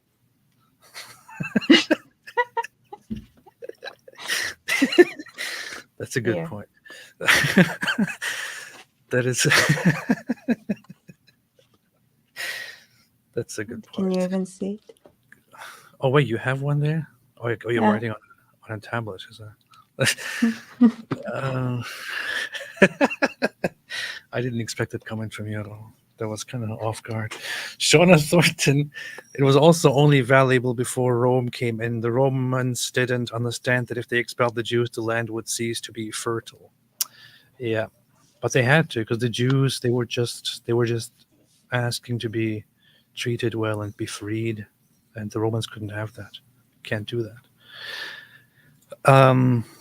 Celeria Rosencroix said, I hate that too, Shauna. They said 620 casualties total. To imagine the special forces operatives wasted enough time to shoot that many people is farcical. Who would do so while evacuating hostages? Utter nonsense. It's so stupid. It is unrealistic that they actually killed and injured so many people during this operation. And I'm sorry, but if really so many I don't know if it's people that hard. If so many people got hurt, somebody fell and some people just fell and scratched their knee and stuff. Yeah, that is a big injury, of course. But I must say, if so many people actually got killed or injured, then that just says a lot about them, not about Israel. During a rescue operation, and we have seen the timeline of the rescue operation. It's a very precisely and very well done operation. I mean, if you get hurt during this operation, then you probably have a problem. Yeah, maybe you deserve it. I don't know. To be honest, like it's kind of like the way they operate. Like I thought, like if the Hamas fighters were serious, why were they wasting time on like they had time to take off their pants, really? And you say you want to conquer the land back? This is unprofessional. Like you're wasting time instead of getting to Tel Aviv. I mean, there is a video. Pants off. There is a video of Hamas just standing in the middle of a road after stopping some vehicles, killing some people. They're just standing there for a long time, maybe for half an hour or so. I don't know, not doing anything, just walking around. Very stupid operation. That's what they do. Urinating upon one another. That's what they do. Yeah. Oh, here I got. So I follow this Hamas Telegram channel. They posted this one thing here, roughly translated. The special forces truck that infiltrated the Nusayrat camp in the middle of the Gaza Strip, which was pretending to be a humanitarian aid truck, but it killed humans and carried out a massacre that claimed the lives of 220 martyrs, including children and defenseless civilian women, and more than 400 wounded. They made many posts like these. This is directly from Hamas's own military official Telegram channel in Arabic. They posted about this repeatedly from the beginning of the operation, hours into it. In fact, if I check right now, they're probably still posting about it. So they took this really in a bad way. They really didn't like what happened today. And they kept crying about how allegedly there was a big massacre and stuff like that. What they don't talk about is that they, Hamas, to reiterate this one more time, kept civilians as hostages in what they call a refugee camp among civilians in civilian buildings. Taking hostages is a war crime. Using civilian buildings for military operations, for things like these, is a war crime. So these are two counts of war crimes for each one of those. Plus, they are thereby responsible by turning this into a legitimate military target for every single person who dies there. This is all on Hamas. So yeah, people can go around and say, "Oh, there are so many people apparently died during this operation." Nobody cares. That's not Israel's fault. It's not Israel's fault how many people died there during this operation. That's it. That's the responsibility. Nobody cares. When you talk about, I don't say anything. This is how much I don't care, really. That's very based of you. It's why I don't answer. It's like, I don't care. I'm gonna let you say those things. I don't want to. People make posts like these: 210 killed plus 400 injured to rescue 4. Nobody cares. Nobody cares. Nobody cares. Free the hostages and shut up. Anyway, Prono22 gifted 5 Apostate Prophet memberships. Thank you so much. Appreciate it. Lots of new people now joining and becoming part of the cult, the movement. Misha Margolin, I know someone who knows Almog-Jan and someone else who knows Noah. So almost all Israelis are connected. Yeah. I know that all Israelis know each other, right? Everybody knows each other. I actually don't know how close like I'm connected to Mia and Maya. Oh, yeah. And yeah, I don't know who else. Yeah. They all know each other. That's a joke that people make in America about different groups. Moo Joe said, "Thank you to whomever gifted me membership. You're a rock star. Very, very nice. And nice to see that, Moo Joe." Sheikh Mike Wingling said, I know you hate Islam, but can we have a minute of humanity for our friend Farfour? His family was hosting foreign students in Nusayrat and he lost contact. Yeah. Oh. Much respect to Oh, Farfour. 1 minute of silence oh. for Farfour, please. Thanks. But you know, Farfour is like it's an idea. It's not like you take down one Farfour, another Farfour will just resurrect. Yes, you can't kill ideas. You cannot kill ideologies. Yes, yes. Farfours never die. Mm. Telegraph, AP, PSE, check out Noni Darwish, former Egyptian Gaza resident whose father was in charge of Fadayin attacks in the 50s. Interesting. We'll check it out. I personally know somebody directly who is Egyptian and who has a lot of family and contacts across Gaza and the West Bank and Israel and Egypt. Somebody who is very, very well connected with people in high places.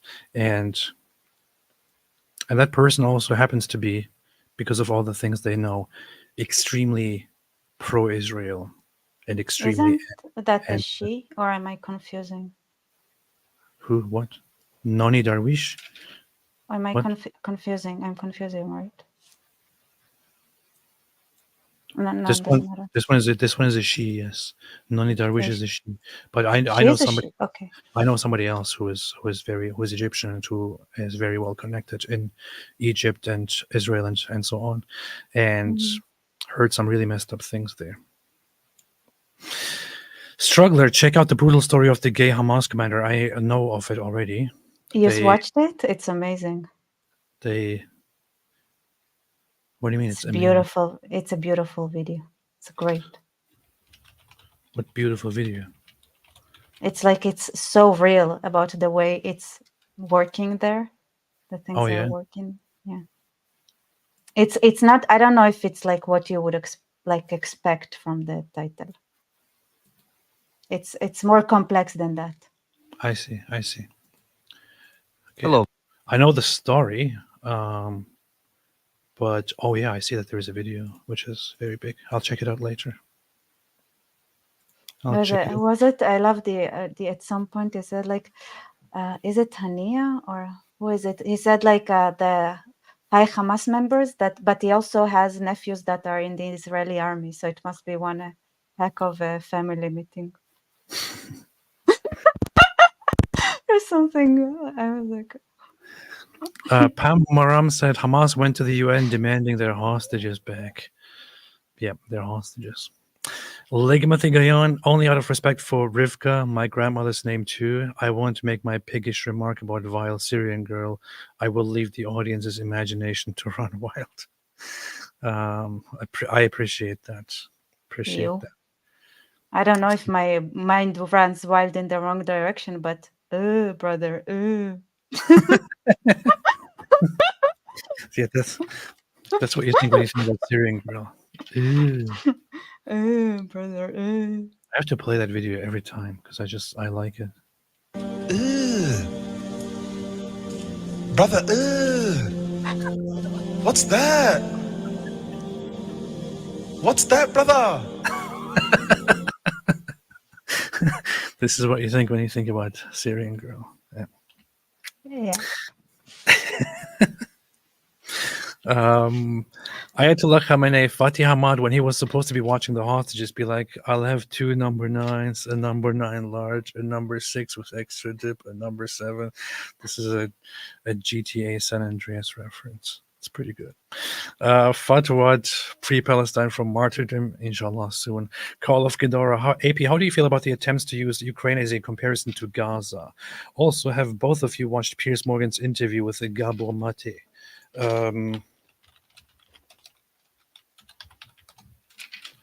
I haven't watched it. I always saw the thumbnail of it, but I never really watched it. Maybe I should one day. Because it seems like an interesting thing to actually look at.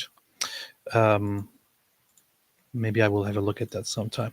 But what do I feel about the attempt to use Ukraine as a comparison to Gaza? Depends on what you mean. Of which side using Ukraine? There's this whole thing. I was very. Let the Gazans be special. Stop comparing them to our others. When I was young and my parents said, "Why are you not like your cousin?"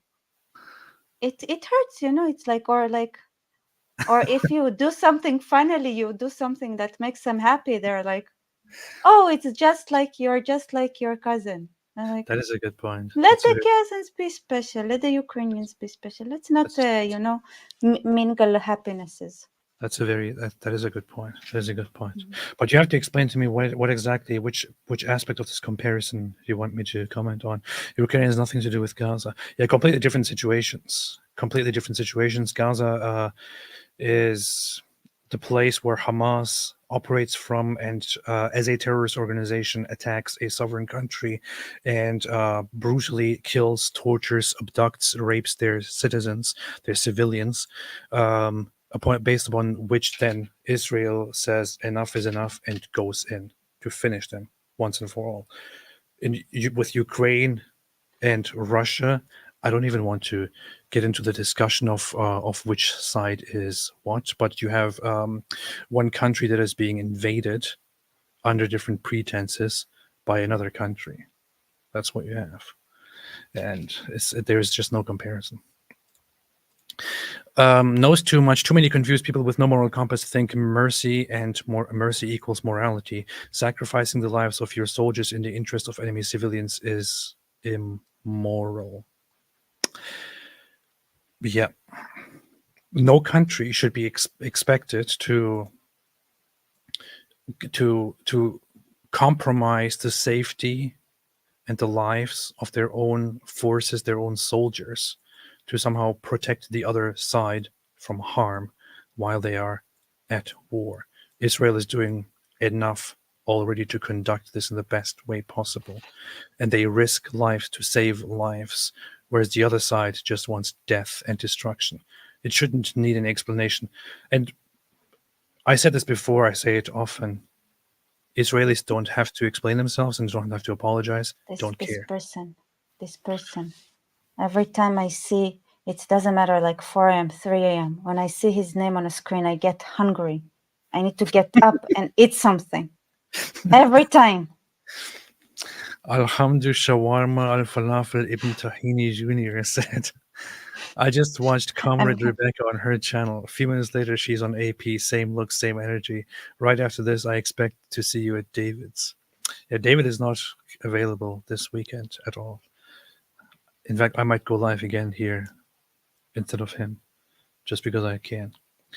Yeah, this makes me want to eat shawarma.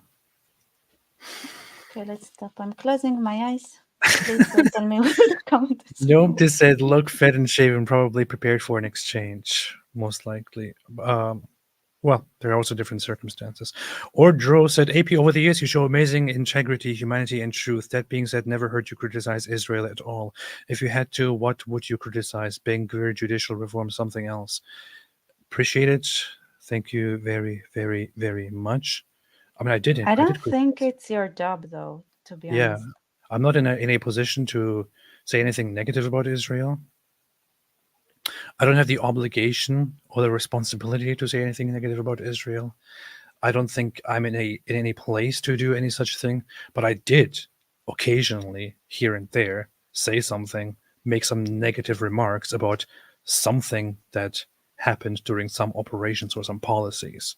For example, oh yeah, look, here's a criticism. I think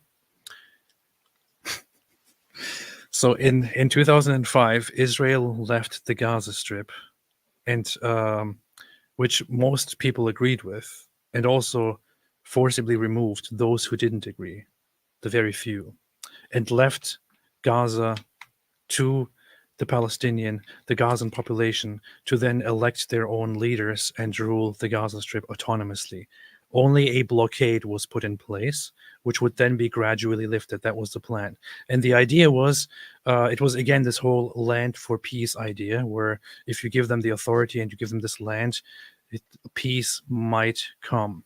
But one of the assumptions was that if things derail and Gaza becomes a hub for terrorism and attacks against Israel are made, then of course this plan would be cancelled. However, what happened?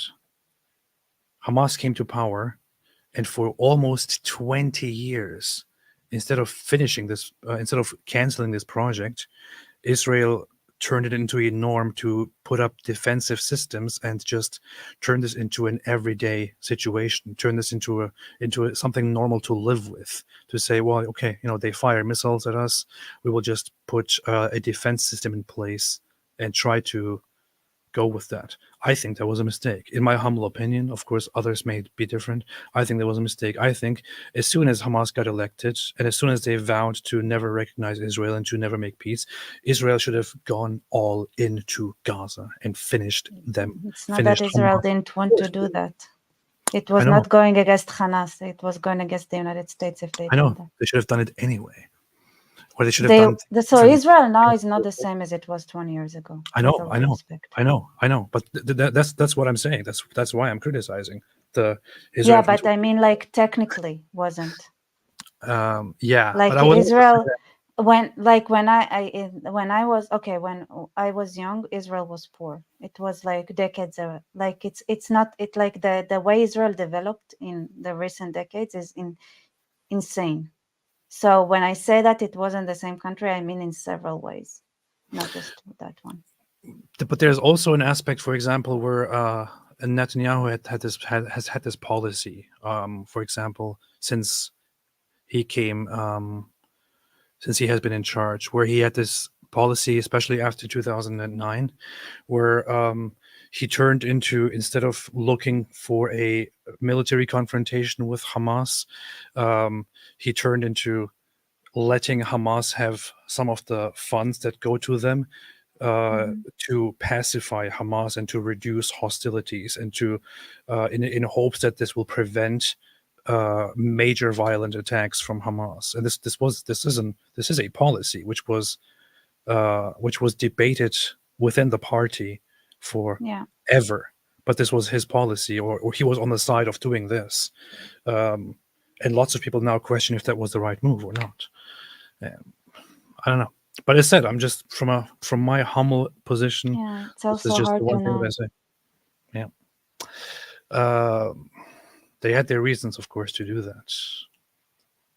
I'm not sure. Shona Thornton said, Christian custom is more European, in my opinion, even if its morality is Jewish. Yes, that's 100% true. I wasn't going to say 100%, but if you were going to say 100%, sure. No, it's 100%. Why not? It's true, though. Yeah, a little bit. I would say 50% true. Okay. Why? The morality is Jewish, but everything else, the customs are not. Yeah, well, even the customs are influenced by... Like what? Christian? By what Christian. are they celebrating? They're celebrating somebody's birth, somebody's death, somebody's resurrection. But even different customs are like by a Hebrew foundation or by a Jewish foundation. So of course what? we develop things in a European way, but certain things are also developed from a Hebrew or from a Jewish standpoint. Christianity is not exclusively European. In fact, many of the the moral system is Jewish. Oriental Orthodox systems are non-European and based on just local Middle Eastern traditions. For example, you have the Assyrian Christian community that still shares a lot of customs with the European Christians. You have Coptic Christians. You could argue that they had, of course, the whole Western influence, but still. So what do they do that's different? They don't have Christmas? They do, but in different ways. I don't want to think of examples. I just want to say a number. Like, I don't know. I don't know then. I don't care. You said 100%, and I just want to disagree with you. It doesn't matter what the details are. I'm sorry. Maybe the word European is wrong. It's like the morality is Jewish and everything else is from something else. Yeah. Maybe yeah. that's different. Telegraph said Arnon Zmora saved Kibbutz Yad Mordecai on October 7. Oh, really? Was he? Huh. I think. Heroes. These are heroes. Today he died. Today he gave his life to save more people. Ayatollah Khamenei, every time I hear about Muhammad trying to interpret the Bible, I am reminded of the film Dunstan Checks in Alhamdulillah. I don't even know that film. What is that? Is that even a film? It apparently I is. don't know this one. Oh, I saw images of that. Never saw the whole thing. I should have a look at that. Loney Crow said, "You say there are good people in Gaza, but the nature of ideological evil is that it ignores feelings, and even a good person is subject to commandments." You say that by the nature of ideological evil ignores feeling. Not exactly. Not exactly. I'm really trying not to get into this discussion very deeply right now. Look at AP, for example. Aren't you different from the environment you grew up in, though? A little bit, Aren't you supposed to want to put me on a stake? yes, So why don't you then? because I changed my belief systems over time. However, the issue is even when Would you have done it no if you that's the no thing, you wouldn't have. no, but that's the problem. That's the problem. And maybe that's also what's being pointed out here, which is that even if I personally am different from the environment and the ideology that I'm part of, I'm still technically, in a way, supporting it as long as I'm part of it, and That's true, still partially but that's responsible for different. it. Yeah. But that's different. Yeah, that's why I said I don't want to get into this discussion because it will be too deep and too lengthy now. Moshko, and it was less about the Holocaust and more about getting their asses kicked all over the mandate by the Irgun and Lehi and later the Mari movement.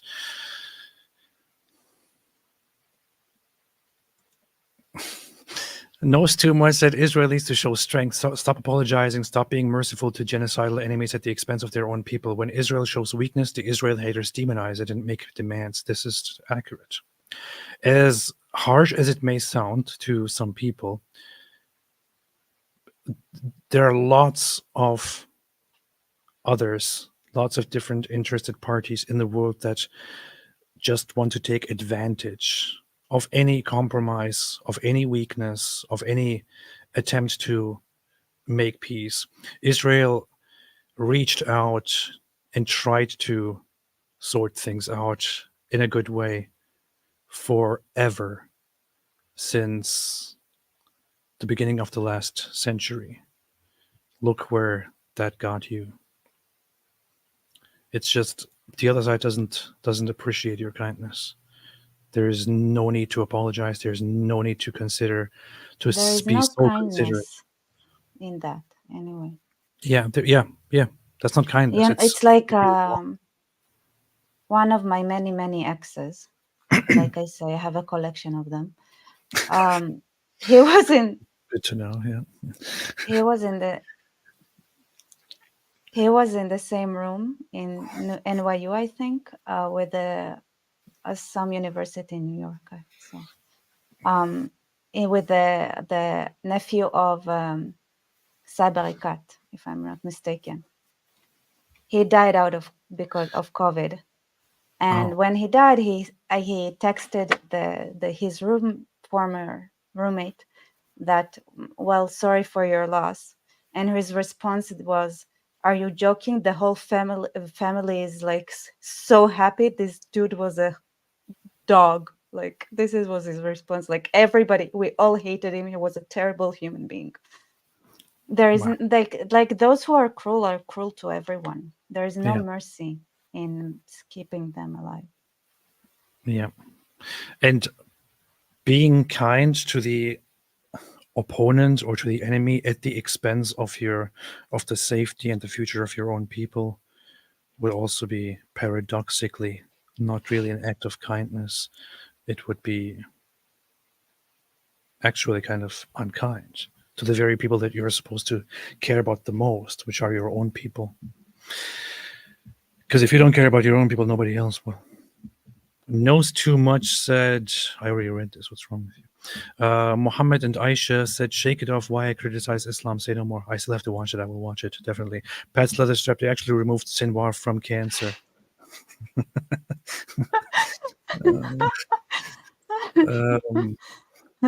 So it was a failure because the cancer died and Sinwar didn't, right?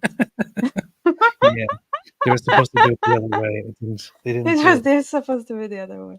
Yeah. What is this person's name?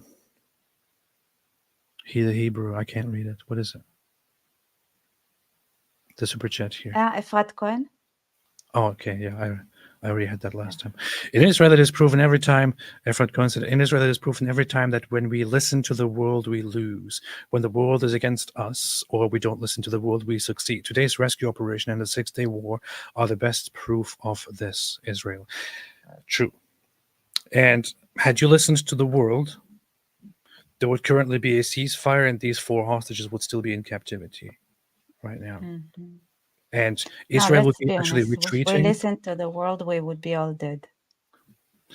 That too. But just the smaller picture. Just like a small side effect.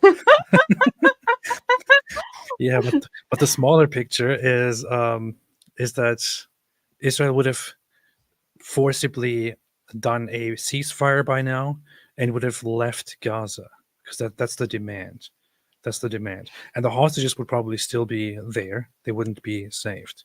Israel has done good by not listening and by just continuing, because Israel is responsible for Israeli lives. And those Israeli lives are currently being held and mistreated and threatened. So screw the world. Seriously, the world doesn't care about you. You have to care about yourself.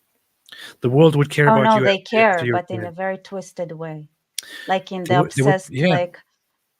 obsessed, stalking kind of way of like. They would care about you after you're dead. So after you're dead. No, when we are alive, like in a stockish kind of obsessed. But they would care more after you're dead. Then they would make all kinds of nice stories about how good you were. Oh yeah. While you are alive, you have to care about yourselves. That's it. I mean, it's just, think about it from a person's perspective. You are in charge of your own safety. You are in charge of yourself. If you don't care about yourself, this is what is said. Nobody else will.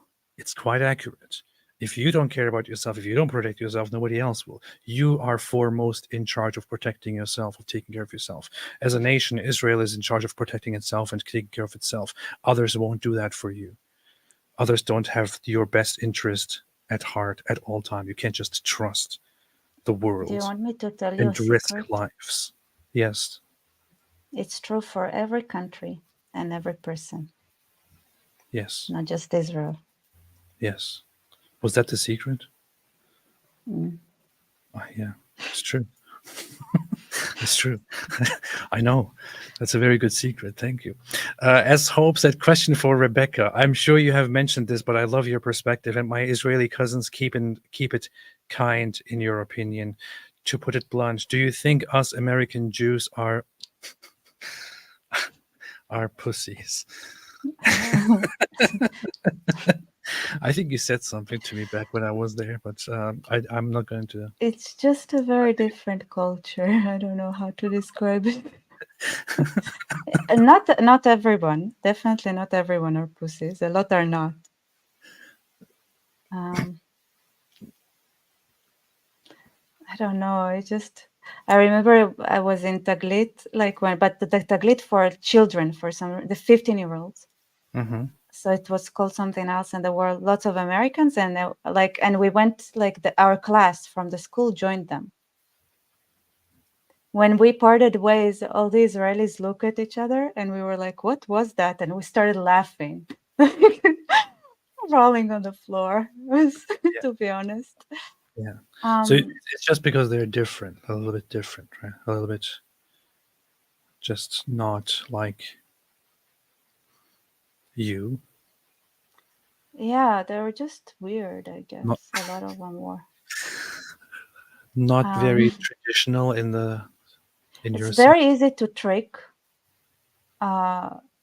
Very easy to make fun at. Like I don't know, just I'm trying to think like when like I know yeah, so it's like this experience that I had when I was little and I went to an American summer camp and I mispronounced somebody's name and she started crying and she wouldn't stop crying until her Israeli mother came and when she's asked what happened, like her mom was Israeli, so she was like, you're an embarrassment or something like that. That's what she told her, like, ugh, what the fuck? How did I give birth to that? Yeah.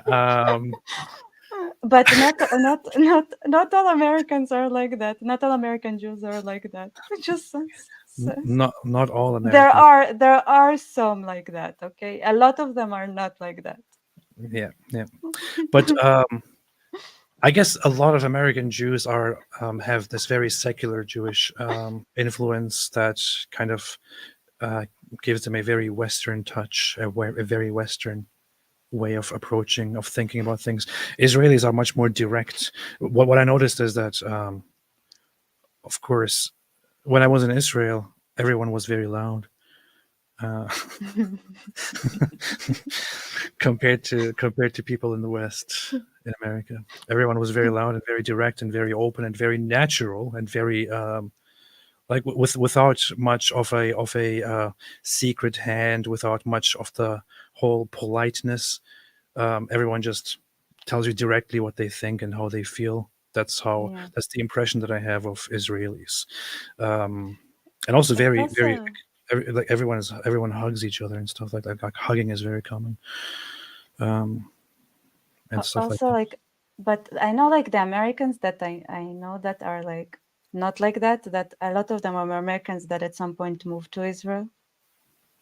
They they were crazy in a different way, like the opposite way. Yeah. Um, Well, it's also like but to me, honest to me, the most surprising thing was, for example, I have somebody that I know that he started studying in a university here and then moved to an Ivy League in the United States and said it was way easier. mhm. So I was like, That's Dina Review said you must not have spent time in New York. Many Jews live there, and we are all very loud and direct. Well, that's a New York thing, probably. So uh, that might be a New York influence.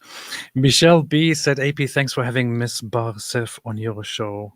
I love her insights. Congrats to Israel and the idea for getting those 4 hostages home.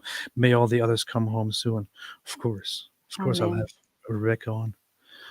Of course, I'll have Rebecca on. When I met Rebecca, she had 100 subscribers. Yes, and a lot of them were family members, which I cried and begged for to subscribe. Nice. And now you have, wait, how many subscribers do you have now? It's like 8,000 or something. 8,000. Wow. Yes, which is way more than 100. It is, I think. Yeah. And I didn't have to cry and beg for them to subscribe. So that's like the biggest achievement. That's good. Oh, yeah. You have now 8.33 thousand subscribers. Very nice. Very, very nice. Yeah. When I met you, you were very little. You were this little. Now you're big. R1, new here and enjoy your content. As a Christian, I Yeah, agree with you people on almost subscribe to my everything. channel too, even though AP didn't even bother attacking me and stuff like that. Oh, yeah. Sorry about that. I usually don't do that because I don't. I usually Yeah, forget you about don't it. want your subscribers to go to other people. I get it. Yeah. I'm against other channels, but definitely go and subscribe to Rebecca. She has Yeah. very good takes on things. Very nice videos. Even makes casual videos where she gets 10,000 views in 2 days. It's pretty nice. You're on a very good track. You're growing much faster than I did in the beginning. So Well, I'm cheating. I have good friends. that's true. That's true. Oh, wait a minute. No, I put that super chat away without ever reading it. What did this say? What did that say? That super chat that I just clicked away said, "New here and enjoy your content. As a Christian, I agree with y'all on almost everything so far. Godspeed." Okay, good. Appreciate it. Thank you so much. Thank you so much. How do you feel about your wife becoming Christian again? I hate it. I feel like I inspired her to do that somehow. I hate it. I told her you have. I'm you sorry. You will stop. I'm sorry, You AP. will stop with this, otherwise. I know she watched it. I feel like she got influenced from some of my videos. I'm not gonna lie. Maybe she did. I don't know. No, I'm very. She's I'm she's sorry, very AP. happy. She's very happy and very excited about it. So I'm happy for her too, and I see that she finds peace with it. It gives her peace and meaning, and I see her sit and read and think about things again. Although she was like religious far in the past, like being back there, it feels like she has been longing for this whole religiosity and the religious experience for all this time, and she found back. And when I see her happy, that makes me happy. So That's good. it's good. I totally support it and think it's great. It's great. I'm happy to hear that. Yeah. So my wife is a Christian. Yeah. She's a Christian now. No, we talked about religion in our private DMs and stuff. I'm sorry, AP. How dare you? Ayatollah Khamenei said, AP, one of the Abduls in the chat keeps proposing to Rebecca. Why are Muslims such simps? Not all Muslims. Not all Muslims. Rebecca, do you accept the marriage proposal? Yeah. I mean, just say depends. Yeah. Okay. How much money do they have and how do they look like? You don't have to know that. It's fine. And how easily are they to get rid of? Depends on what you mean by get rid of. Like said, in a body bag. Nada said, hello, back to you, whiteboard. Allah must have written that text because we all know women can't write. It's nice seeing the work of Allah take place now. This is true. Women can't write. This is true. Zach Lawrence became a member of the channel. Thank you so much. Appreciate it. Ayatollah Khamenei said, Joe Biden talking about his adult diaper while attending D-Day celebrations. I'm about to end this man's whole career. Mr. Max at Al Jazeera said the rescue was in the middle of a baby market and all the babies got martyred. This is believable. It might have also been the babies that shot initially at the IDF, at the Israeli forces when they were trying to rescue the hostages. There was an army of babies that came out and started firing at them with RPGs and AKs. And that explains the bad aim, like to only get one person and get so many gazans when you aim. Like, okay, if babies did that, that everything makes sense now. Yeah. That's a good point. Or Daniel said, interesting how every country that had an inquisition, dictatorship rule, etc., are suing Israel, the only democracy in the Middle East with equal rights to women and LGBT.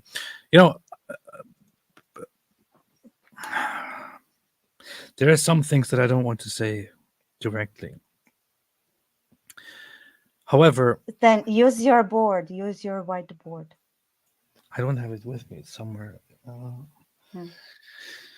But here's the thing. Private domain, the private checked, and then I left, and I will tell nobody. I know the Middle East. I know Muslim culture. I experienced the different sides. I know the statistics and the history and the politics. If among everything that has been going on, you seriously accuse Israel of being the bad guy here in the Middle East, then I can't take that seriously for a second. That's one. Secondly, Not go even the Arabs take it seriously. yourself. That's number two. And number three, it just shows that Israel is doing everything right to me, honestly. This is a very diplomatic way of saying what I actually want to say. Dor Daniel said, also, will you do a stream together with Frank from Nigerian Perspective? Love that guy. Maybe one day, inshallah. Asa, Gaza cheers when they take hostages. Israel cheers when they are rescued. How the world can miss the difference between hate and love, death and life is mind-blowing. Because the world doesn't care about what's actually conspiring. What the world cares about is who is loud. Who is loud, who is high, massive in numbers, who is playing the victim, especially since the other side, the jihadist side, found a way to appeal to the whole Western way of just sympathizing with the oppressed, which is a very recent trend. These Islamists have really adopted this whole oppressed narrative of saying, oh, we're oppressed. Look, you see, Israel is strong, the Jews are strong, and they're white. They're actually white. Yeah, we are brown and they're white, and they're strong and we are weak. Completely ignoring the fact that Who is more white? You or I? Who is whiter? That's a good question. I think we are pretty much equal. We're different shades of white. Yeah. I want to make a poll and ask who is more white. Yeah. Are you not considered Middle Eastern then? It's complicated. Mm. It is complicated. But yeah, actually, the thing with Turks is that they are one of the most unique and most mixed people as a nation. It's what I said, people here. Stop asking what race we are. We're literally like connecting 3 continents. What kind of race are we supposed to be? All of them. There's no real race there. It's just, it's weird. Like when humanity left Africa, they went through this corridor. Like everybody goes through here. You think people are not having fun in the, while they visit? Look at this. Almost everyone is saying that I'm whiter than you. Oh, wow. Jan came AP more white. 50 Shades of White. Balance of AP is the oppressor. This means I'm white. All our blood is the same color. No, it can't be true. He's Turkish, so yes, she is lighter. Oh, one person finally says that you are whiter than I am. AP is Greek. AP more white. AP is my vote for whiter.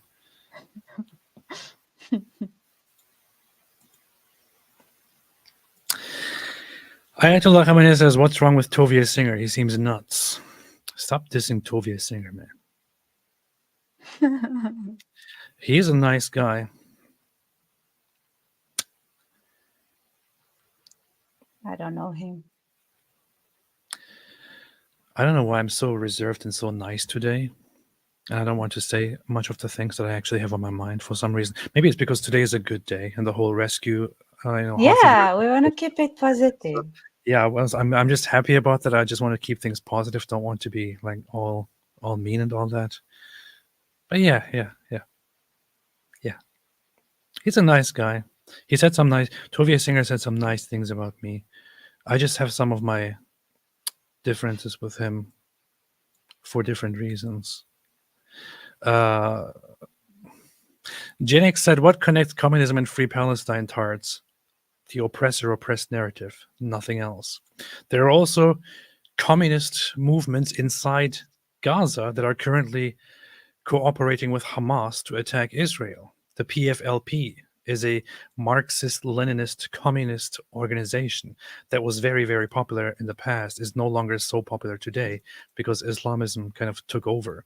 But they actually work together with Hamas, while Hamas is oppresses and executes them or tortures them in prisons when they get together and share a cell.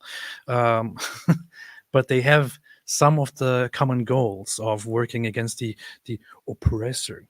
The funny thing about that is, if Hamas somehow succeeded and took over, probably the first party that they would brutally crack down on and take out would be the PFLP, the communists. But communists happen to be very retarded, which is why they always do this whole thing where they collaborate with the Islamists, with those people that I would kill think, them. but the communists are evil too, though. Yeah, they are, but they're also retarded. I mean, they weren't organized well in Iran. Yeah, I mean, if you take Leninism, that's brutal, man. it is. Communism is brutal, and communism is really messed up. Leninism, he wanted to kill people randomly just for the fun of it. That was Yeah. his interpretation of communism. But the thing is, Islam is very organized compared to communism. Islam is Depends where. organized Yeah. and harsh. Communism is just And let's say in China, communism is winning. communism is disorder. Well, China made so many compromises that they are not even really communist anymore. Like how really communists exist, like really Islam exists. Well, that's the problem, because communism doesn't work, so they had to change it. China had to change it, adopt so many capitalist policies that they have become a syncretic, a mixed communist capitalist state that is only communist in name at this point, because communism just doesn't work. You can't make it work. Does Islam work? It works Curiously. in uniting and killing others. So Yeah, but then when you actually become a government, does it work? but you don't have to worry about that. You just have to continue killing others, Until everybody is extinct, basically. which is not going to That's- happen anyway. So That's the Pol Pot kind of communism. yeah, Like, it's like the same way. The classical Islamic interpretation is his version of communism, the way he did in Cambodia. yeah. I see. That's pretty messed up. Alhamdu Shawarma Al Falafel Ibn Tahini Jr. said, "Look at you, AP, grooming Rebecca. Rebecca is not 3 years old. Stop talking." Avery Howard Yes, I said, am. I identify as a 3-year-old. "That's good. What's up, brother? Love you, Khaled, as a Christian. Always nice to see you. Thank you so much. Appreciate all of you. Infinity, can't wait to come up with something funny to say for my first super chat." You already missed it. Congrats. This one's funny enough. I appreciate this. Mission accomplished. Ayatollah Khamenei's 6th century fresh and fit podcast with host Mohammed. Aisha's a 6. God, this is a terrible joke, but it's actually an interesting idea for a parody. Efrat Cohen, right? Yes. Efrat Cohen said, "The biggest mistake of the Israeli government are the Oslo Accords and the expulsion from Gush Katif. We knew this would be the result." Yeah. It's not the only mistake. The thing with Israel is that Israel has been on this whole shift that has been lasting forever since the beginning, from a very left-leaning mindset, gradually and increasingly shifting more and more to the center and to the right, and it's still in the process of that. And lots of the sentiments of the past, where the idea was, oh, we can just make compromises, just make peace, just agree to different things, give this promise and that promise, and maybe come to a peace agreement and so on. Just failures of that over and over and over again will eventually lead to the point where Israel no longer wants to play the game. That should have actually come a long time ago, but it's slowly getting to that point where Israel just doesn't want to play that game at all anymore, in no single possible way. Maybe that should have happened a long time ago, but it started from the very beginning. In 1948, when the modern state of Israel was established. Yeah, this is what happens when you get communists pretending to be Jews. They just, sneaked in. They were a little socialist, but they weren't really. No, a lot of people were like straight up communists. Yeah, but they were more. It was more a socialist idea. The whole. I mean, and- that but was the compromise. They had to compromise a lot of different sects. But they did a good job in establishing what they established, and It's amazing what no choice does to you. nice. Anyway, with that, I just want to summarize everything with this image here. And Rebecca, anything else you want to say? Anything else you want to talk about? I want to say. Don't say What it. do I want to say? I don't know. I don't know. I just thought that I'm still hungry from the shawarma falafel tchini person. I want to go and order some falafel now. What order falafel? I can get it 3:30 a.m. There is no way I'm getting it now. I wish there were like special delivery for my 3 a.m. cravings. I want to order falafel from Israel. No, not falafel. I want to order shawarma from Israel. There is one specific falafel spot in Jerusalem which is amazing. And other than their falafel, I don't really like falafel. But yeah. I can't say much about falafels. Jack said, "Thank you both for the stream. Good to see smiles and hear laughter." Thank you. Yes. But why is That's there? fun. Where's the That's- food, Jax? Yeah, where's the food? Yeah, okay. I'll keep this short. This live stream will be done for now. I'll be probably live again tomorrow. That's am I not as entertaining as David? Is that what you're saying? No, you are. It's just that I don't know. I feel like just. You have more of a calm vibe, more of a calm Oh no! attitude. Oh no! Oh and no! I feel. Should I feel more passionately about it since it's my country and stuff? Yes, you should be like, yeah. What's up? Huh? Yes. Listen, guys. Like this is serious things, and you should look into how people do YouTube videos. You should start your videos with, "Hey everybody, what's up? This is Rebecca."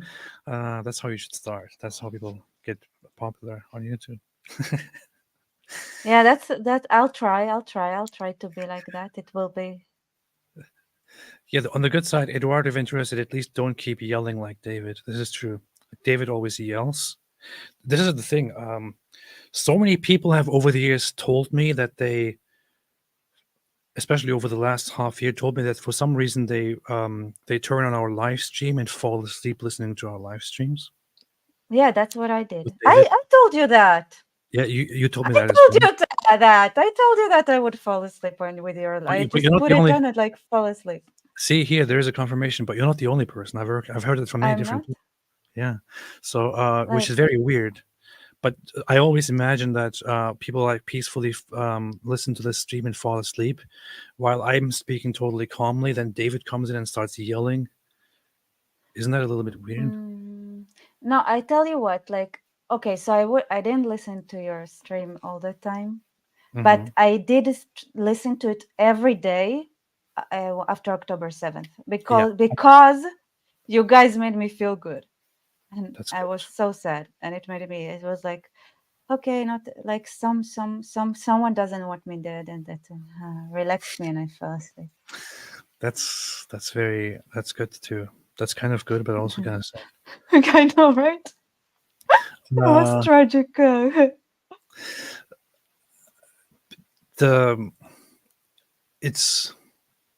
I know that you were subscribed to this channel for a long time, from the very beginning almost. From your very beginning, when you were Yeah, still in yeah. your living room. Yeah, but you only started really engaging, I think, when you were after October 7.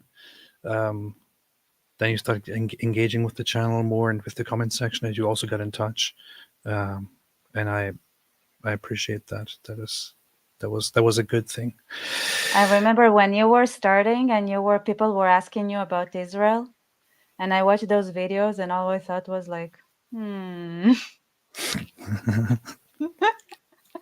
I did mostly have very positive views on Israel, though. Which to me is crazy that you were even like you were talking about. Why were you required to even have an opinion on that. Which is Yeah, like, people, when we talk about Islam and the whole conflict and everything that is going on with it, everyone wants you to have an idea, an opinion on Israel. And when it comes to Israel, but because of before, the like global before opinion, October 7th. yeah, I know, but it's still always part of the discussion. The thing is, Yeah, this is why I said like the world is like stalking us. yeah, and they think Like, you're superhumans too, that you control the whole world and you have like supernatural powers and all that. So they have to be always careful about you and always talk about you because it's very important. And I so saw it much too when attention. I saw that too when I came to Israel. I saw how Israelis are just controlling the whole world and controlling and pulling the strings and manipulating everyone around the world, which is very interesting. I told you what I was always say to that. Everywhere that Jews control, life is great. It's when you lose the Jewish control is that everything goes down south. Yeah. Honestly, You I should think hand over yourself to the Jews everywhere, like all the countries. I wish Jews controlled the world.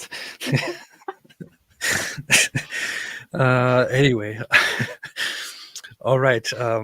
Thanks everybody for watching. We'll be live. Thank you all. It's okay. We will continue the protocols of Zions after we end the stream. Inshallah. Also,